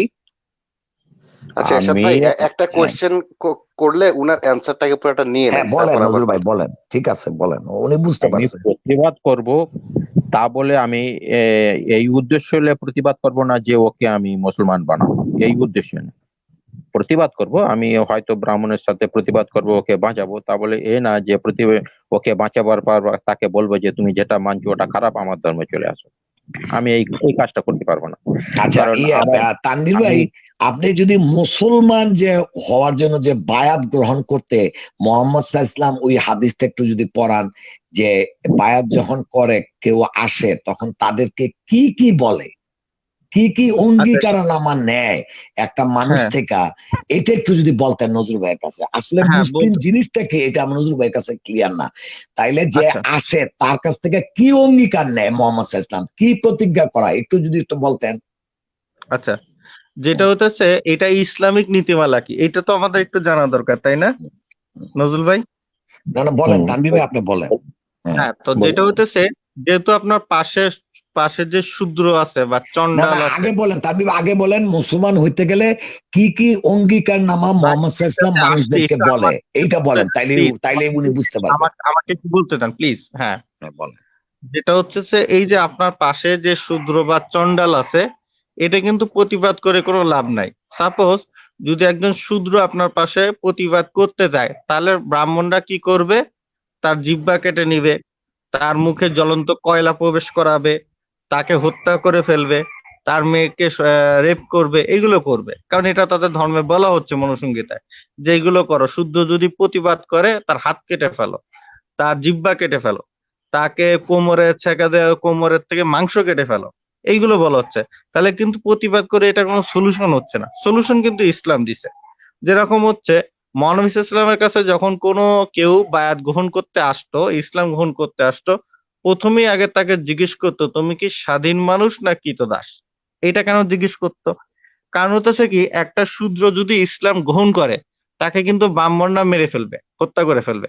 যেরকম হচ্ছে বিল্লাল রাদিয়াল্লাহু তাআলা যখন ইসলাম গ্রহণ করছে, তিনি যখন পত্তলিকের মানে এরকম মূর্তি পূজারীর কৃতদাস ছিলেন, তিনি ইসলাম গ্রহণ করায় তাকে হত্যা করে মানে কষ্ট দিয়ে অত্যাচার করে হত্যা করতে ফেলতে চাইছিল। তখন কি করছে আবু বকর রাদিয়াল্লাহু তাআলা লোক পাঠায় 200 দিরহাম দাম দিয়ে, মানে তখনকার দিনে 200 দিরহামে 10টা উট পাওয়া যেত। তাহলে এখনকার দিনে প্রায় 50 লাখ টাকা। ঠিক আছে, এরকম দাম দিয়ে একটা পাথরের নিচে চাপা পড়া একটা লাশকে তুলে নিয়ে আসা হয়েছে একটা মাত্র কারণে, কারণ সে ইসলাম গ্রহণ করছে। তাহলে যেটা হচ্ছে যে এই শূদ্রটাকে আপনি যদি প্রতিবাদ করতে পারেন, সে তো জীবন হারাই ফেলবে।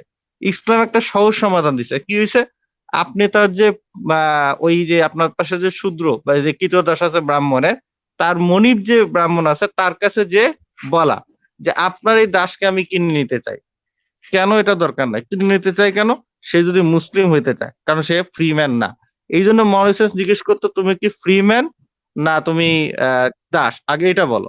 যদি সে ফ্রি ম্যান হইতো ঠিক আছে, ইসলাম কবুল করো। যদি বলতো যে দাস, ঠিক আছে, তুমি যদি দাস হও তাহলে আমার সাথে চুক্তিবদ্ধ হও।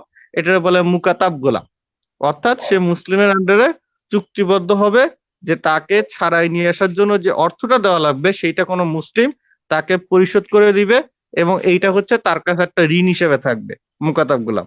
কিন্তু এর জন্য কিন্তু ওই মুসলিম হওয়ার পরে তাকে আর দাস বলা হবে না। যেরকম আপনার পাশে যেরকম লেখা থাকে রনিন দাস, পার্থ দাস, অমিত দাস, যাতে বোঝা যায় যে শূদ্র, সে জন্মগত ব্রাহ্মণে কৃতদাস, এই নাম কিন্তু আর তাকে রাখা যাচ্ছে না। এটার জন্য মহানবী সাল্লাল্লাহু আলাইহি ওয়াসাল্লাম কি করতো, যখন কোন শূদ্র বা দাস মহানবী সাল্লাল্লাহু আলাইহি ওয়াসাল্লামকে আসতো ইসলাম গ্রহণে, তখন উনি বলতেন যে তার মনিককে ডেকে বলতেন তোমার এই দাস ইসলাম গ্রহণ করতে চাইছে, আমি তাকে ফেরত দিব না। তাহলে কি করতে পারি, তোমার একটা দাস যখন আমার কাছে আসছে ইসলাম গ্রহণ করছে, তুমি লাগলে তার পরিবর্তে আমার কাছ থেকে আরো 2জন পৌত্তলিক কৃতদাস নিয়ে যাও, কিন্তু তুমি ওরে নিয়ে যাইতে পারবে না। অথবা তুমি আমার সাথে চুক্তিবদ্ধ হও, কত টাকা দিলে তুমি আমার কাছে ওর ওয়ালি করে দিবা, ছেড়ে দিবা, এরপরে আমি তাকে আজাদ করব। এমন হয়েছে মহানবী সাল্লাল্লাহু আলাইহি সাল্লামের স্ত্রী আয়েশা রাদিয়াল্লাহু কাছে অনেক যে দাসী, সে হতেছে বলছে আমাকে মুকাতাব হিসেবে গ্রহণ করেন।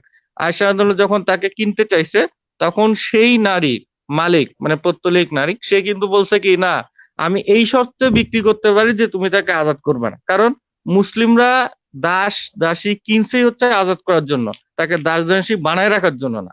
তখন কি করছে, যে মুসলিমদের কাছে কিন্তু পৌত্তলিকরা দাস বিক্রি করতে চাইতো না, মানে শূদ্র বিক্রি করতে চাইতো না। কারণ ইসলাম করতেছেন, মহানবী ইসলাম বলছেন না, সে যখন তুমি তার কিনে ফেলছো, তার ওয়ালি হয়ে গেছো, তুমি দাস তাকে মুক্ত করা এটা তোমার অধিকার আছে। তুমি তাকে কিনো এবং তাকে আজাদ করো, এবং আয়েশা তাকে কিনেছে এবং তাকে আজাদ করেছে। এবং মহানবী সাল্লাল্লাহু আলাইহি ওয়াসাল্লাম শত শত দাসকে কিনে আজাদ করছে। যুদ্ধবন্দীদের বন্দি বিনিময় কেন করছে এই দাস মুক্ত করার জন্য। কিন্তু আপনি বললেন প্রতিবাদ করে তো আপনি তার জীবন হারিয়ে দিলেন। বরং আপনার পাশে যে শূদ্র, যে ব্রাহ্মণ, তার মেয়েকে 2টা গরুর বিনিময়ে দাসী বানায় বিক্রি করতেছে, আপনি তাকে 2টা গরুর বিনিময়ে কিনে এনে তাকে ইসলাম শিক্ষা দিয়ে তাকে যদি মুসলিম মানে আপনার স্ত্রী হিসেবে গ্রহণ করে, তার জন্য ইসলাম বলতেছে দ্বিগুণ সওয়াব। বুখারী শরীফে 3011 নং হাদিস এবং অন্যান্য হাদিস গ্রন্থে আছে, কেউ যদি কোনো দাসীকে ক্রয় করে তাকে ইসলাম গ্রহণ করায়, শিক্ষা দেয় এবং তাকে যদি ইসলামের দিন শিক্ষা দিয়ে তাকে আজাদ করে স্বাধীন নারী হিসেবে বিয়ে করে, তাকে তার জন্য বলা হচ্ছে দ্বিগুণ নেকি। এটা হচ্ছে আমাদের ইসলামের সওয়াবের কাজ, যেটা হচ্ছে ভারতে আপনি কৃতদাস প্রথা উচ্ছেদ করতে পারতেছেন না, কিন্তু ইসলাম কিন্তু অপশন রাখছে আপনার কিভাবে কৃতদাস প্রথা উচ্ছেদ করতে হবে। কিন্তু আপনি বললেন এমন একটা কাজের কথা যেটা তার জীবনই হার হয়ে যাচ্ছে, তাহলে আপনি কি তার সলিউশন দিলেন? এবার আপনি বলেন তো, ইসলাম যে সলিউশন দিছে এর চেয়ে বেটার অপশন আপনি এবার দেন। এই দেখেন, ইসলাম সলিউশন দিয়েছে, কিন্তু আপনার ইসলামেও আমি নিজে হাদিস পড়েছি যে একজন সাহাবী সে মারা যাচ্ছিল, তার দাসটাকে নবীর কাছে রেখে গেল যে একে মুক্ত করে দেবেন। নবীজি ওকে মুক্ত না করে নিজেই ব্যবহার করে নিল, রেখে দিল। এটা একটা ডাহা মিথ্যে কথা বললেন, এটা একটা ডাহা আমি নিজে চোখে পড়েছি, বুঝতে পেরেছেন? তো যাই হোক, আবার তারপরে আপনি বলছেন যে এদেরকে মানে ইসলামের মধ্যে নিয়ে আসো। তো এটা আমি নিজে পড়েছি যে মানুষ পাথরকে পুজো করে তাকে হত্যা করে ফেলে, এরকম ধরনের হাদিস আমি নিজে পড়েছি। তা এটা তো মানে আপনি আবারও একটা ডাহা মিথ্যা কথা বলছেন, 2টা ডাহা মিথ্যা কথা বলছেন। প্রথম ডাহা মিথ্যা কথাটা আগে বলি। বলুন। আমি নিজে পড়েছি। ডাহা মিথ্যা না বলে বলেন ভুল বুঝেছেন, এটা বললে ভালো হয়, কারণ উনি যতটুকু আন্ডারস্ট্যান্ডিং ওইটাই বলছে, আপনি ভুলটা ধরাই দেন। আমি হাদিস আপনাকে পড়েছি ভুলটা ধরিয়ে, যেটা হইতেছে মহানবী সাল্লাল্লাহু আলাইহি সাল্লাম কোনো দাস দাসী রেখে দেননি, বুখারী শরীফের 2739 নং হাদিস। আর আপনি যেটার কথা বলতেছেন, আপনি হাদিসটা ঠিক মতো কোট করতে পারেন নাই। আপনি যেটা করছেন ganja.com এ একটা খণ্ডিত হাদিস নিয়ে আসছেন, যে খণ্ডিত হাদিস আমি শেষ করি, আমাকে শেষ করতে দেন, আমি আপনাকে রেফারেন্সটা সহ বলে দিচ্ছি। আমি কোনো গাঞ্জা হাদিস পড়ি না, আমি শাহী বুখারী পড়েছি, চোখে দেখেন না, এই জন্য আমি আপনাকে হাদিস পড়াচ্ছি, আপনি শুনেন একটু। হাদিস আপনাকে পড়ে শোনাবো, আমি আপনাকে বুখারী খুলে পড়াই লাইভে, ঠিক আছে? বুখারী না, 40,000 হাদিস গ্রন্থ, আমি 40,000 হাদিস ব্যাখ্যা সহ লাইভে কিতাব খুলে পড়াই, যেটা আসিফ কোনোদিন চোখেই দেখেনি। এই হাদিসের গ্রন্থগুলো কোনোদিন চোখেই দেখে না, আমি লাইভে খুলে পড়াই ভাই। আপনাকে একটু বলি, যে হাদিসের কথা আপনাকে আসিফ পড়িয়েছে সেই হাদিসটা ছিল খণ্ডাংশ। সেখানে যেটা বলা হয়েছিল, আমরা অন্ধবিশ্বাস না, কেউ যে বলবে মেনে নেবো এটা না, আমরা নিজেরাই রিসার্চ করি, নিজেরাই। আচ্ছা তানভীর ভাই আপনি উত্তরটা না দিয়া ওই হাদিসটা, ওই রেফারেন্সটা আগে দেখেন, তাহলে তো সমাধান হয়ে যায়। আপনি ভাই যে রেফারেন্সটার কথা বলছে, আগে রেফারেন্সটা নেন। এখন রেফারেন্সটা না নিয়ে তো আপনি, তার কাছে নাই, কিন্তু আমি তো তার কাছে নাই সেটা তো সে বলবে তার কাছে নাই। আমার কাছে যদি রেফারেন্স ছাড়া আপনি উত্তর দেন, রেফারেন্স ছাড়া এক একজন এক একটা। তানভীর ভাই একটু আমি বলি, সে যে রেফারেন্সটা দিবে তার উপর ভিত্তি করেই তো আপনি কথা বলবেন নাকি? হ্যাঁ সেটাই, জি বলেন। আমি সেই রেফারেন্সটা খণ্ডন করে দিচ্ছি ওনাকে, সেই জিনিসটা ভুলটা ধরিয়ে দিচ্ছি। আপনি এমন কোন আসসালামু আলাইকুম তানভীর ভাই, কে এক মিনিট থামাবো একটু। তানভীর ভাই দেখেন, হচ্ছে এমডি নজরুল ভাই একটা হাদিস বলতে চেয়েছেন, আপনি কোন হাদিস বলবেন তার তো কোনো গ্যারান্টি নাই, ওইটা এমডি নজরুল ভাইয়ের হাদিসটা নাও হইতে পারে।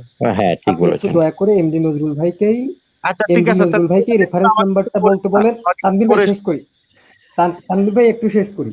এমডি নজরুল ভাইকেই তার হাদিসের রেফারেন্স নাম্বারটা একটু দিতে বলেন, তারপরে আপনি সেই হাদিসটা পড়ে শোনান, তাহলে হয়ে যাবে।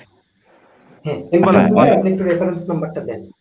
আমি হাদিসটা পড়েছি, আমার একদম ভালো খেয়াল আছে, কিন্তু আমি ওই জাকির নায়কের মতন আমি মনে রাখার আমার ক্ষমতা নেই, অত কিছু সব ভুলে যাই। না তানভীর ভাই তানভীর ভাই প্লিজ ওয়েট। এই এমনি নজরুল ভাই, আপনি প্রথম থেকে যে ক্লেম গুলা করে আসতেছেন না, আমরা তো একটু পড়াশোনা করি, তো একটু জানি। আপনি যেমন দাবি করতেছেন আপনি হাদিস পড়ছেন, কোরআন পড়ছেন, আমরাও কিছু কিছু পড়ছি রে ভাই। হ্যাঁ, কোরআনের যে আয়াত নিয়ে কথা বলছেন সেটার ব্যাখ্যাও আমরা জানি।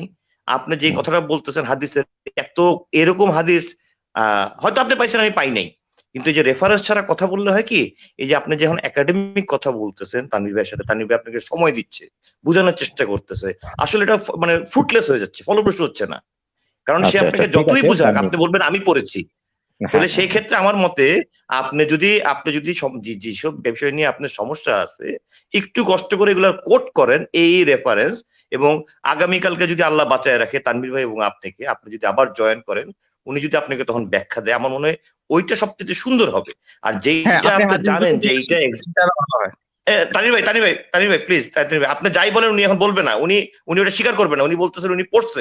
আপনি যতই সহিহ হাদিস দেখান কোনো লাভ নেই ভাই, আপনি পারবেন না, এটা শুধু শুধু এটা চেষ্টা করে লাভ নেই। আপনি বলতে পারবেন হাদিস, আমি জানি আপনি পারবেন, কিন্তু এটা এখন বইলে লাভ হবে না।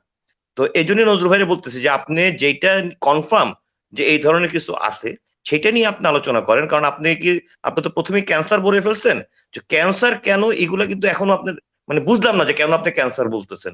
যে এই 2-3টার কথা বলছেন সেই 2-3টা কিন্তু অলরেডি খণ্ডন হয়ে গেছে। হ্যাঁ, যেমন আজানের কথা বলছেন। আর আপনি কি জানেন, এটা একটা উদাহরণ আমি দিয়ে দিই। আব্দুল্লাহ হাই সাইফুল্লাহ, উনি বাংলাদেশের মিরপুরের একটা বড় মসজিদের খতিব। ওনার এলাকায় ওয়াজ হচ্ছিল, এই খাতিব সাহেব পুলিশের ইয়েতে কমপ্লেন করে, রাত্রে 12টার পরে যেহেতু হচ্ছিল, উনি কমপ্লেন করে সেই ওয়াজ বন্ধ করছেন, যে মানুষের ঘুমের ডিস্টার্ব হচ্ছে। তো এগুলাই হচ্ছে ইসলাম, যে ওখানে মুসলিম অধ্যুষিত এলাকা, বাংলাদেশ একটা মুসলিম অধ্যুষিত এলাকা, সব মানুষই মুসলিম, তারপরও যেহেতু ডিস্টার্ব হচ্ছে, পুলিশে কমপ্লেন করে উনি ওই ওয়াজ বন্ধ করছেন। উনি নিজে কিন্তু খতিব, নট অনলি ইমাম, মসজিদের খতিব। তো এই মানে আসলে হচ্ছে কি, আপনারা নেগেটিভ বলতে বলতে পজিটিভ গুলা আমরা তো প্র্যাকটিক্যালি দেখি, তো আমরা অনেক কিছুই বুঝি। তো আপনি দয়া করে আপনার পরবর্তী কোরআনের কোন আয়াত নিয়ে আপনার সমস্যা আছে সেটা বলেন, এবং এক্সাক্ট যদি পারেন যে সূরা থেকে সেটা বলেন প্লিজ। আমি হাদিস অসংখ্য, হাদিসে মানে ইয়ে করতে পারবেন, কোরআন থেকে বলেন মনে সুবিধা হবে তাড়াতাড়ি করে। তানভীর ভাইয়ের ওই আগেকার ওই যে আয়াতটা বললেন ওই কথা আমি ফেরত আসি, বুঝতে পেরেছেন? তানভীর ভাই বললেন যে কেউ যে আক্রমণ করে আমরা তো আর হাতে চুড়ি পরে বসে থাকবো না, কেউ যে ভারতে আক্রমণ করে তুমি কি চুড়ি পরে বসে থাকবে, এই কথার উপরে ফেরত আসি। আমার কাছে কথা হচ্ছে যে নবীজির উপরে আক্রমণ কেন মানুষ করবে? উনি কি করেছে সেটা আগে দেখতে হবে। উনি তো নিজে সর্বপ্রথম কাবার ভিতরে ঠাকুরগুলোকে সব ভেঙে দিয়েছে। যারা এই যে দেখেন প্লিজ প্লিজ প্লিজ, আমি তানভীর ভাইকে উত্তর দিতে দিব না, কারণ উনি অনেক বেশি জানে, ওনাকে উত্তর দিতে দিব না। আপনি যে বলছেন ঠাকুর ভেঙে দিয়েছে, আপনার কাছে কোন রেফারেন্স আছে? মক্কা বিজয়ের আগে আপনাদের ঠাকুর ভাঙছে একটাও? বলেন আমাকে। প্রথম যুদ্ধটা হয়তো বদরের যুদ্ধের কারণ আপনি জানেন? নবীজির যখন ওহি আসলো ওনার উপরে, উনি তো মানুষকে বোঝাতে লাগলো যে তোমরা যেটা করছো এগুলো ভালো না, তোমরা এক ঈশ্বরকে প্রার্থনা করো, এক ঈশ্বরের মধ্যে। আচ্ছা, কাবা ঘরটা কে প্রথম বানাইছে বলেন তো, কিসের জন্য বানাইছে? এটা তো ঠাকুরগুলো কোথা থেকে আসলো, কারা আনলো, একটু বলেন। কাবা ঘরটা কাদের ছিল? অবশ্যই মাঝখান থেকে বলতেছে। জি বলেন। না মাঝখান থেকে না, উনি ওহির পর থেকেই ঘটনা বলতেছে, আর আল্লাহ রাসূলের কাছে যখন ওহি আসছে তারপর থেকেই উনি ঘটনা বলতেছে। বদরের যুদ্ধের আগে উনি কয়টা মূর্তি ভাঙছে ওইটি উনি আমাকে বলুক। ওটা যারা পেগান ছিল তাদের কাছে গিয়ে বলতো এই ঘটনা, তারা মানতো না। তারা আব্দুল মুতাল্লিবের কাছে গিয়ে তারা কুরাইশরা বলতো যে তোমার ভাইকে এইসব ঘটনা ঘটাচ্ছে। ওনারা যখন কথা শুনল না তখনই তো আক্রমণ, যখন নবীজি ওই ঠাকুরদেরকে মানে নষ্ট করলো তারপরেই তো এই আক্রমণ, যুদ্ধ হলো। তাহলে আমি তো দোষটা প্রথম তো নবীজির উপরে দেবো যে উনি সর্বপ্রথম উনি ঠিক মানে শুরু করেছে যুদ্ধটা। আর একটা মানে ধর্মকে অপমান করেছে বলেই তো তারা তো রেগে গেছে না। প্লিজ কেউ মিউট করেন না আমাকে। এমডি ভাই আমি উত্তর দেই, আপনি কিচ্ছু জানেন না। মুত্তালিব না হবে হলো আবু তালেব, ওনার চাচা। মুত্তালিব মারা গেছিলেন অনেক ছোটবেলা থাকতো না দাদা। আচ্ছা প্লিজ, উনি দাওয়াত দিছেন, ওখানে ওনাদেরকে কুরাইশদেরকে যে 3 বছর এক ঘরে করে রাখছিল পাহাড়ের উপরে, যখন মানে পাতা খেয়ে চামড়া খেয়ে ওনারা বাঁচছিল, এবং খাদিজা রাদিয়াল্লাহু তাআলা আনহা মারা গেছিলেন ওই সময়। আপনি কি ওই ঘটনাগুলো জানেন? হ্যাঁ, কিছুটা জানি, আমি সবই জানি প্রায়, কিন্তু আপনি কিভাবে, আপনি বলেন, আপনি বলতেছেন আপনি মুসলমান, আপনি কিছুটা কি জানেন ভাই? আপনাদের বিশ্লেষণ আলাদা, আমি তো দেখতে পাচ্ছি। বিশ্লেষণ না, আমি আপনাকে ইতিহাস নিয়ে কথা বলতেছি, প্লিজ ভাই, আমি ইতিহাস নিয়ে কথা বলছি, আমি কোনো বিশ্লেষণ করতেছি না। আপনি যে ঠাকুর ভাঙার কথা বলতেছেন সেটা হচ্ছে মক্কা বিজয়ের পরের ঘটনা। আপনি কি ওটা নিয়ে গেছেন সামনে, টাইম মেশিন করে সামনে নিয়ে গেছেন, এভাবে করেন না। না, মক্কা বদরের যুদ্ধ হয়েছে হিজরি কত সালে? এগুলো আমার জানা নেই। বদরের যুদ্ধ হয়েছে হিজরি কত সালে? উনি মক্কা থেকে আপনি যেটাই জানেন না, আমার কথা শুনেন, ওনার জীবনের প্রতি হুমকি ছিল বলেই উনি মদিনাতে গেছেন। হুমকিটা কেন ছিল? হুমকি ছিল, উনি ধর্মটা প্রচার করতেছিলেন, এই জন্য ওনার হুমকি ছিল। ওনাকে বাধা দিয়ে আটকেতে পারতেছিল না, উনি কথা বলতেছিলেন, তারপর দাওয়াত দিচ্ছিলেন। ওনার ধর্ম উনি প্রচার করবে, আর একজনের ধর্মকে অপমান করা তো উচিত হয়নি। আরেকজনের ধর্ম কি অপমান করছে আমাকে বলেন, কি অপমান করছে?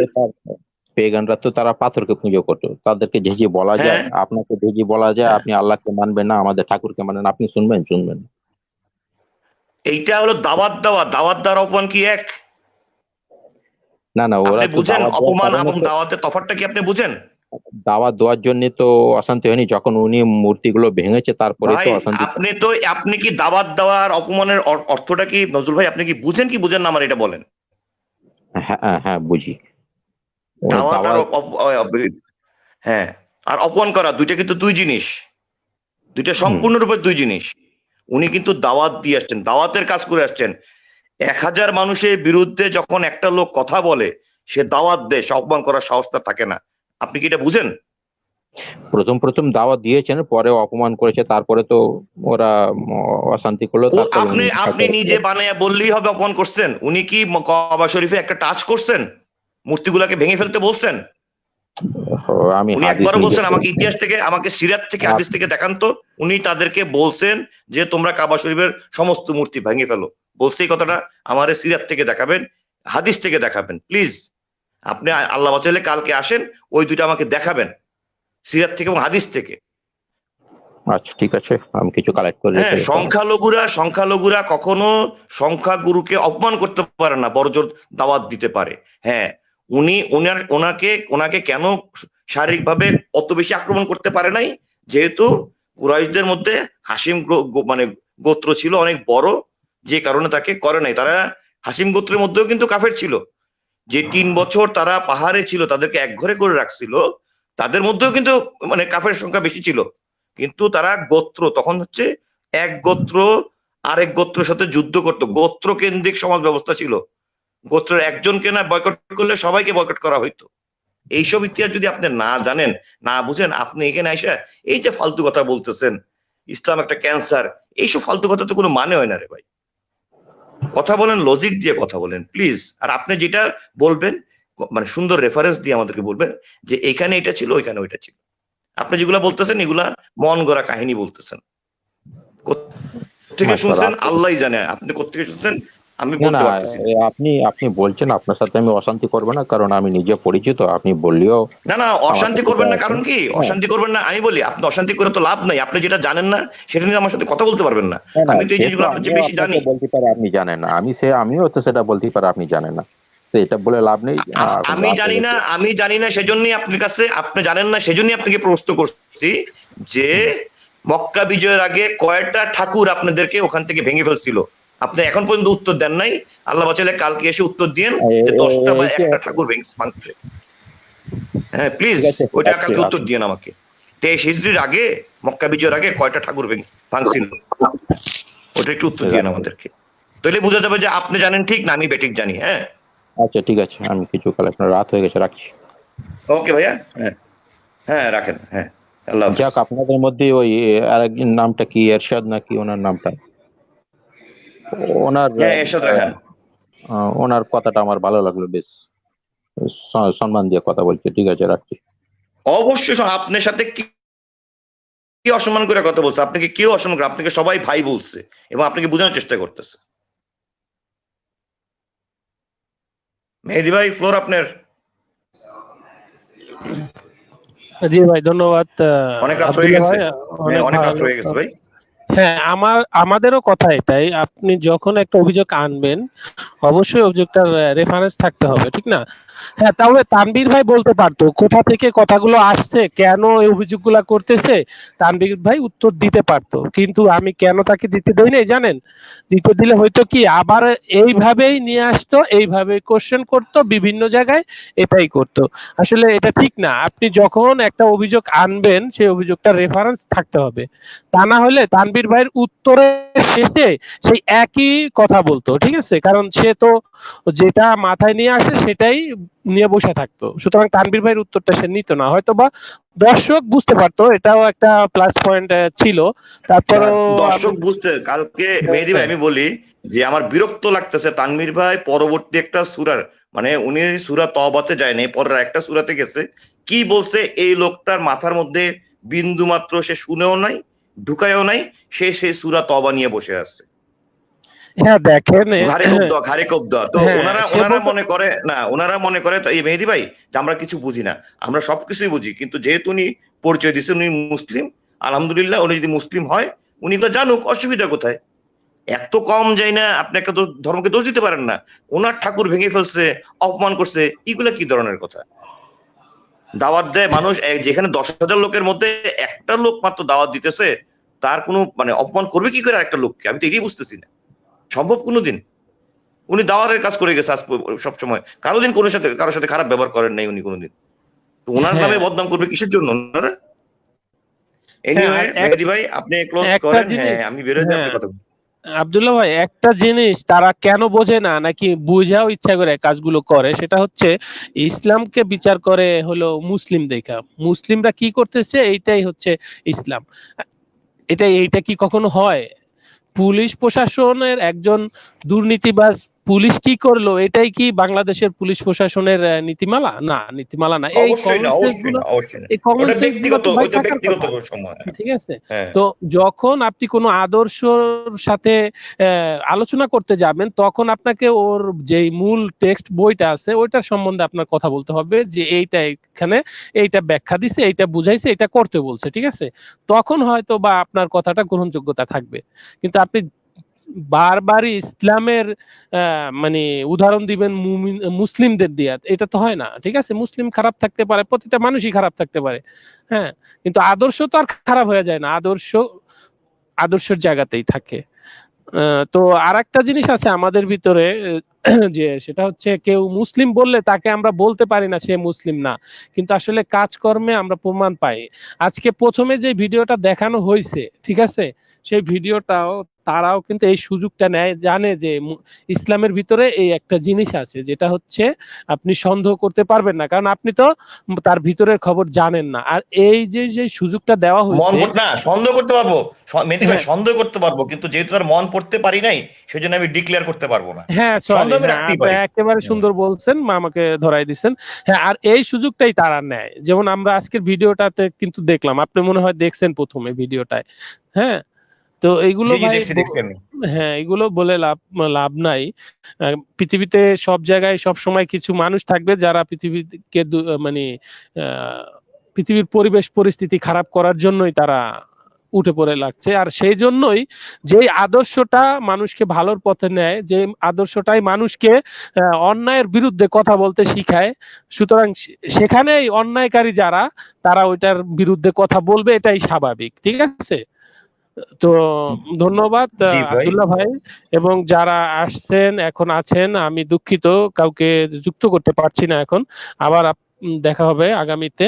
তো সবাই ভালো থাকবেন, সুস্থ থাকবেন, এবং মূল বিষয়টা পড়াশোনা করবেন। কারো কথা শুনে মাঝখান থেকে পড়ার, এটা যে কোনো অর্থ বহন করে না, এটা আর বলার বাকি রাখে না। সুতরাং সবাই ভালো থাকবেন, সুস্থ থাকবেন। আসসালামু আলাইকুম ওয়া রাহমাতুল্লাহি ওয়া বারাকাতুহু।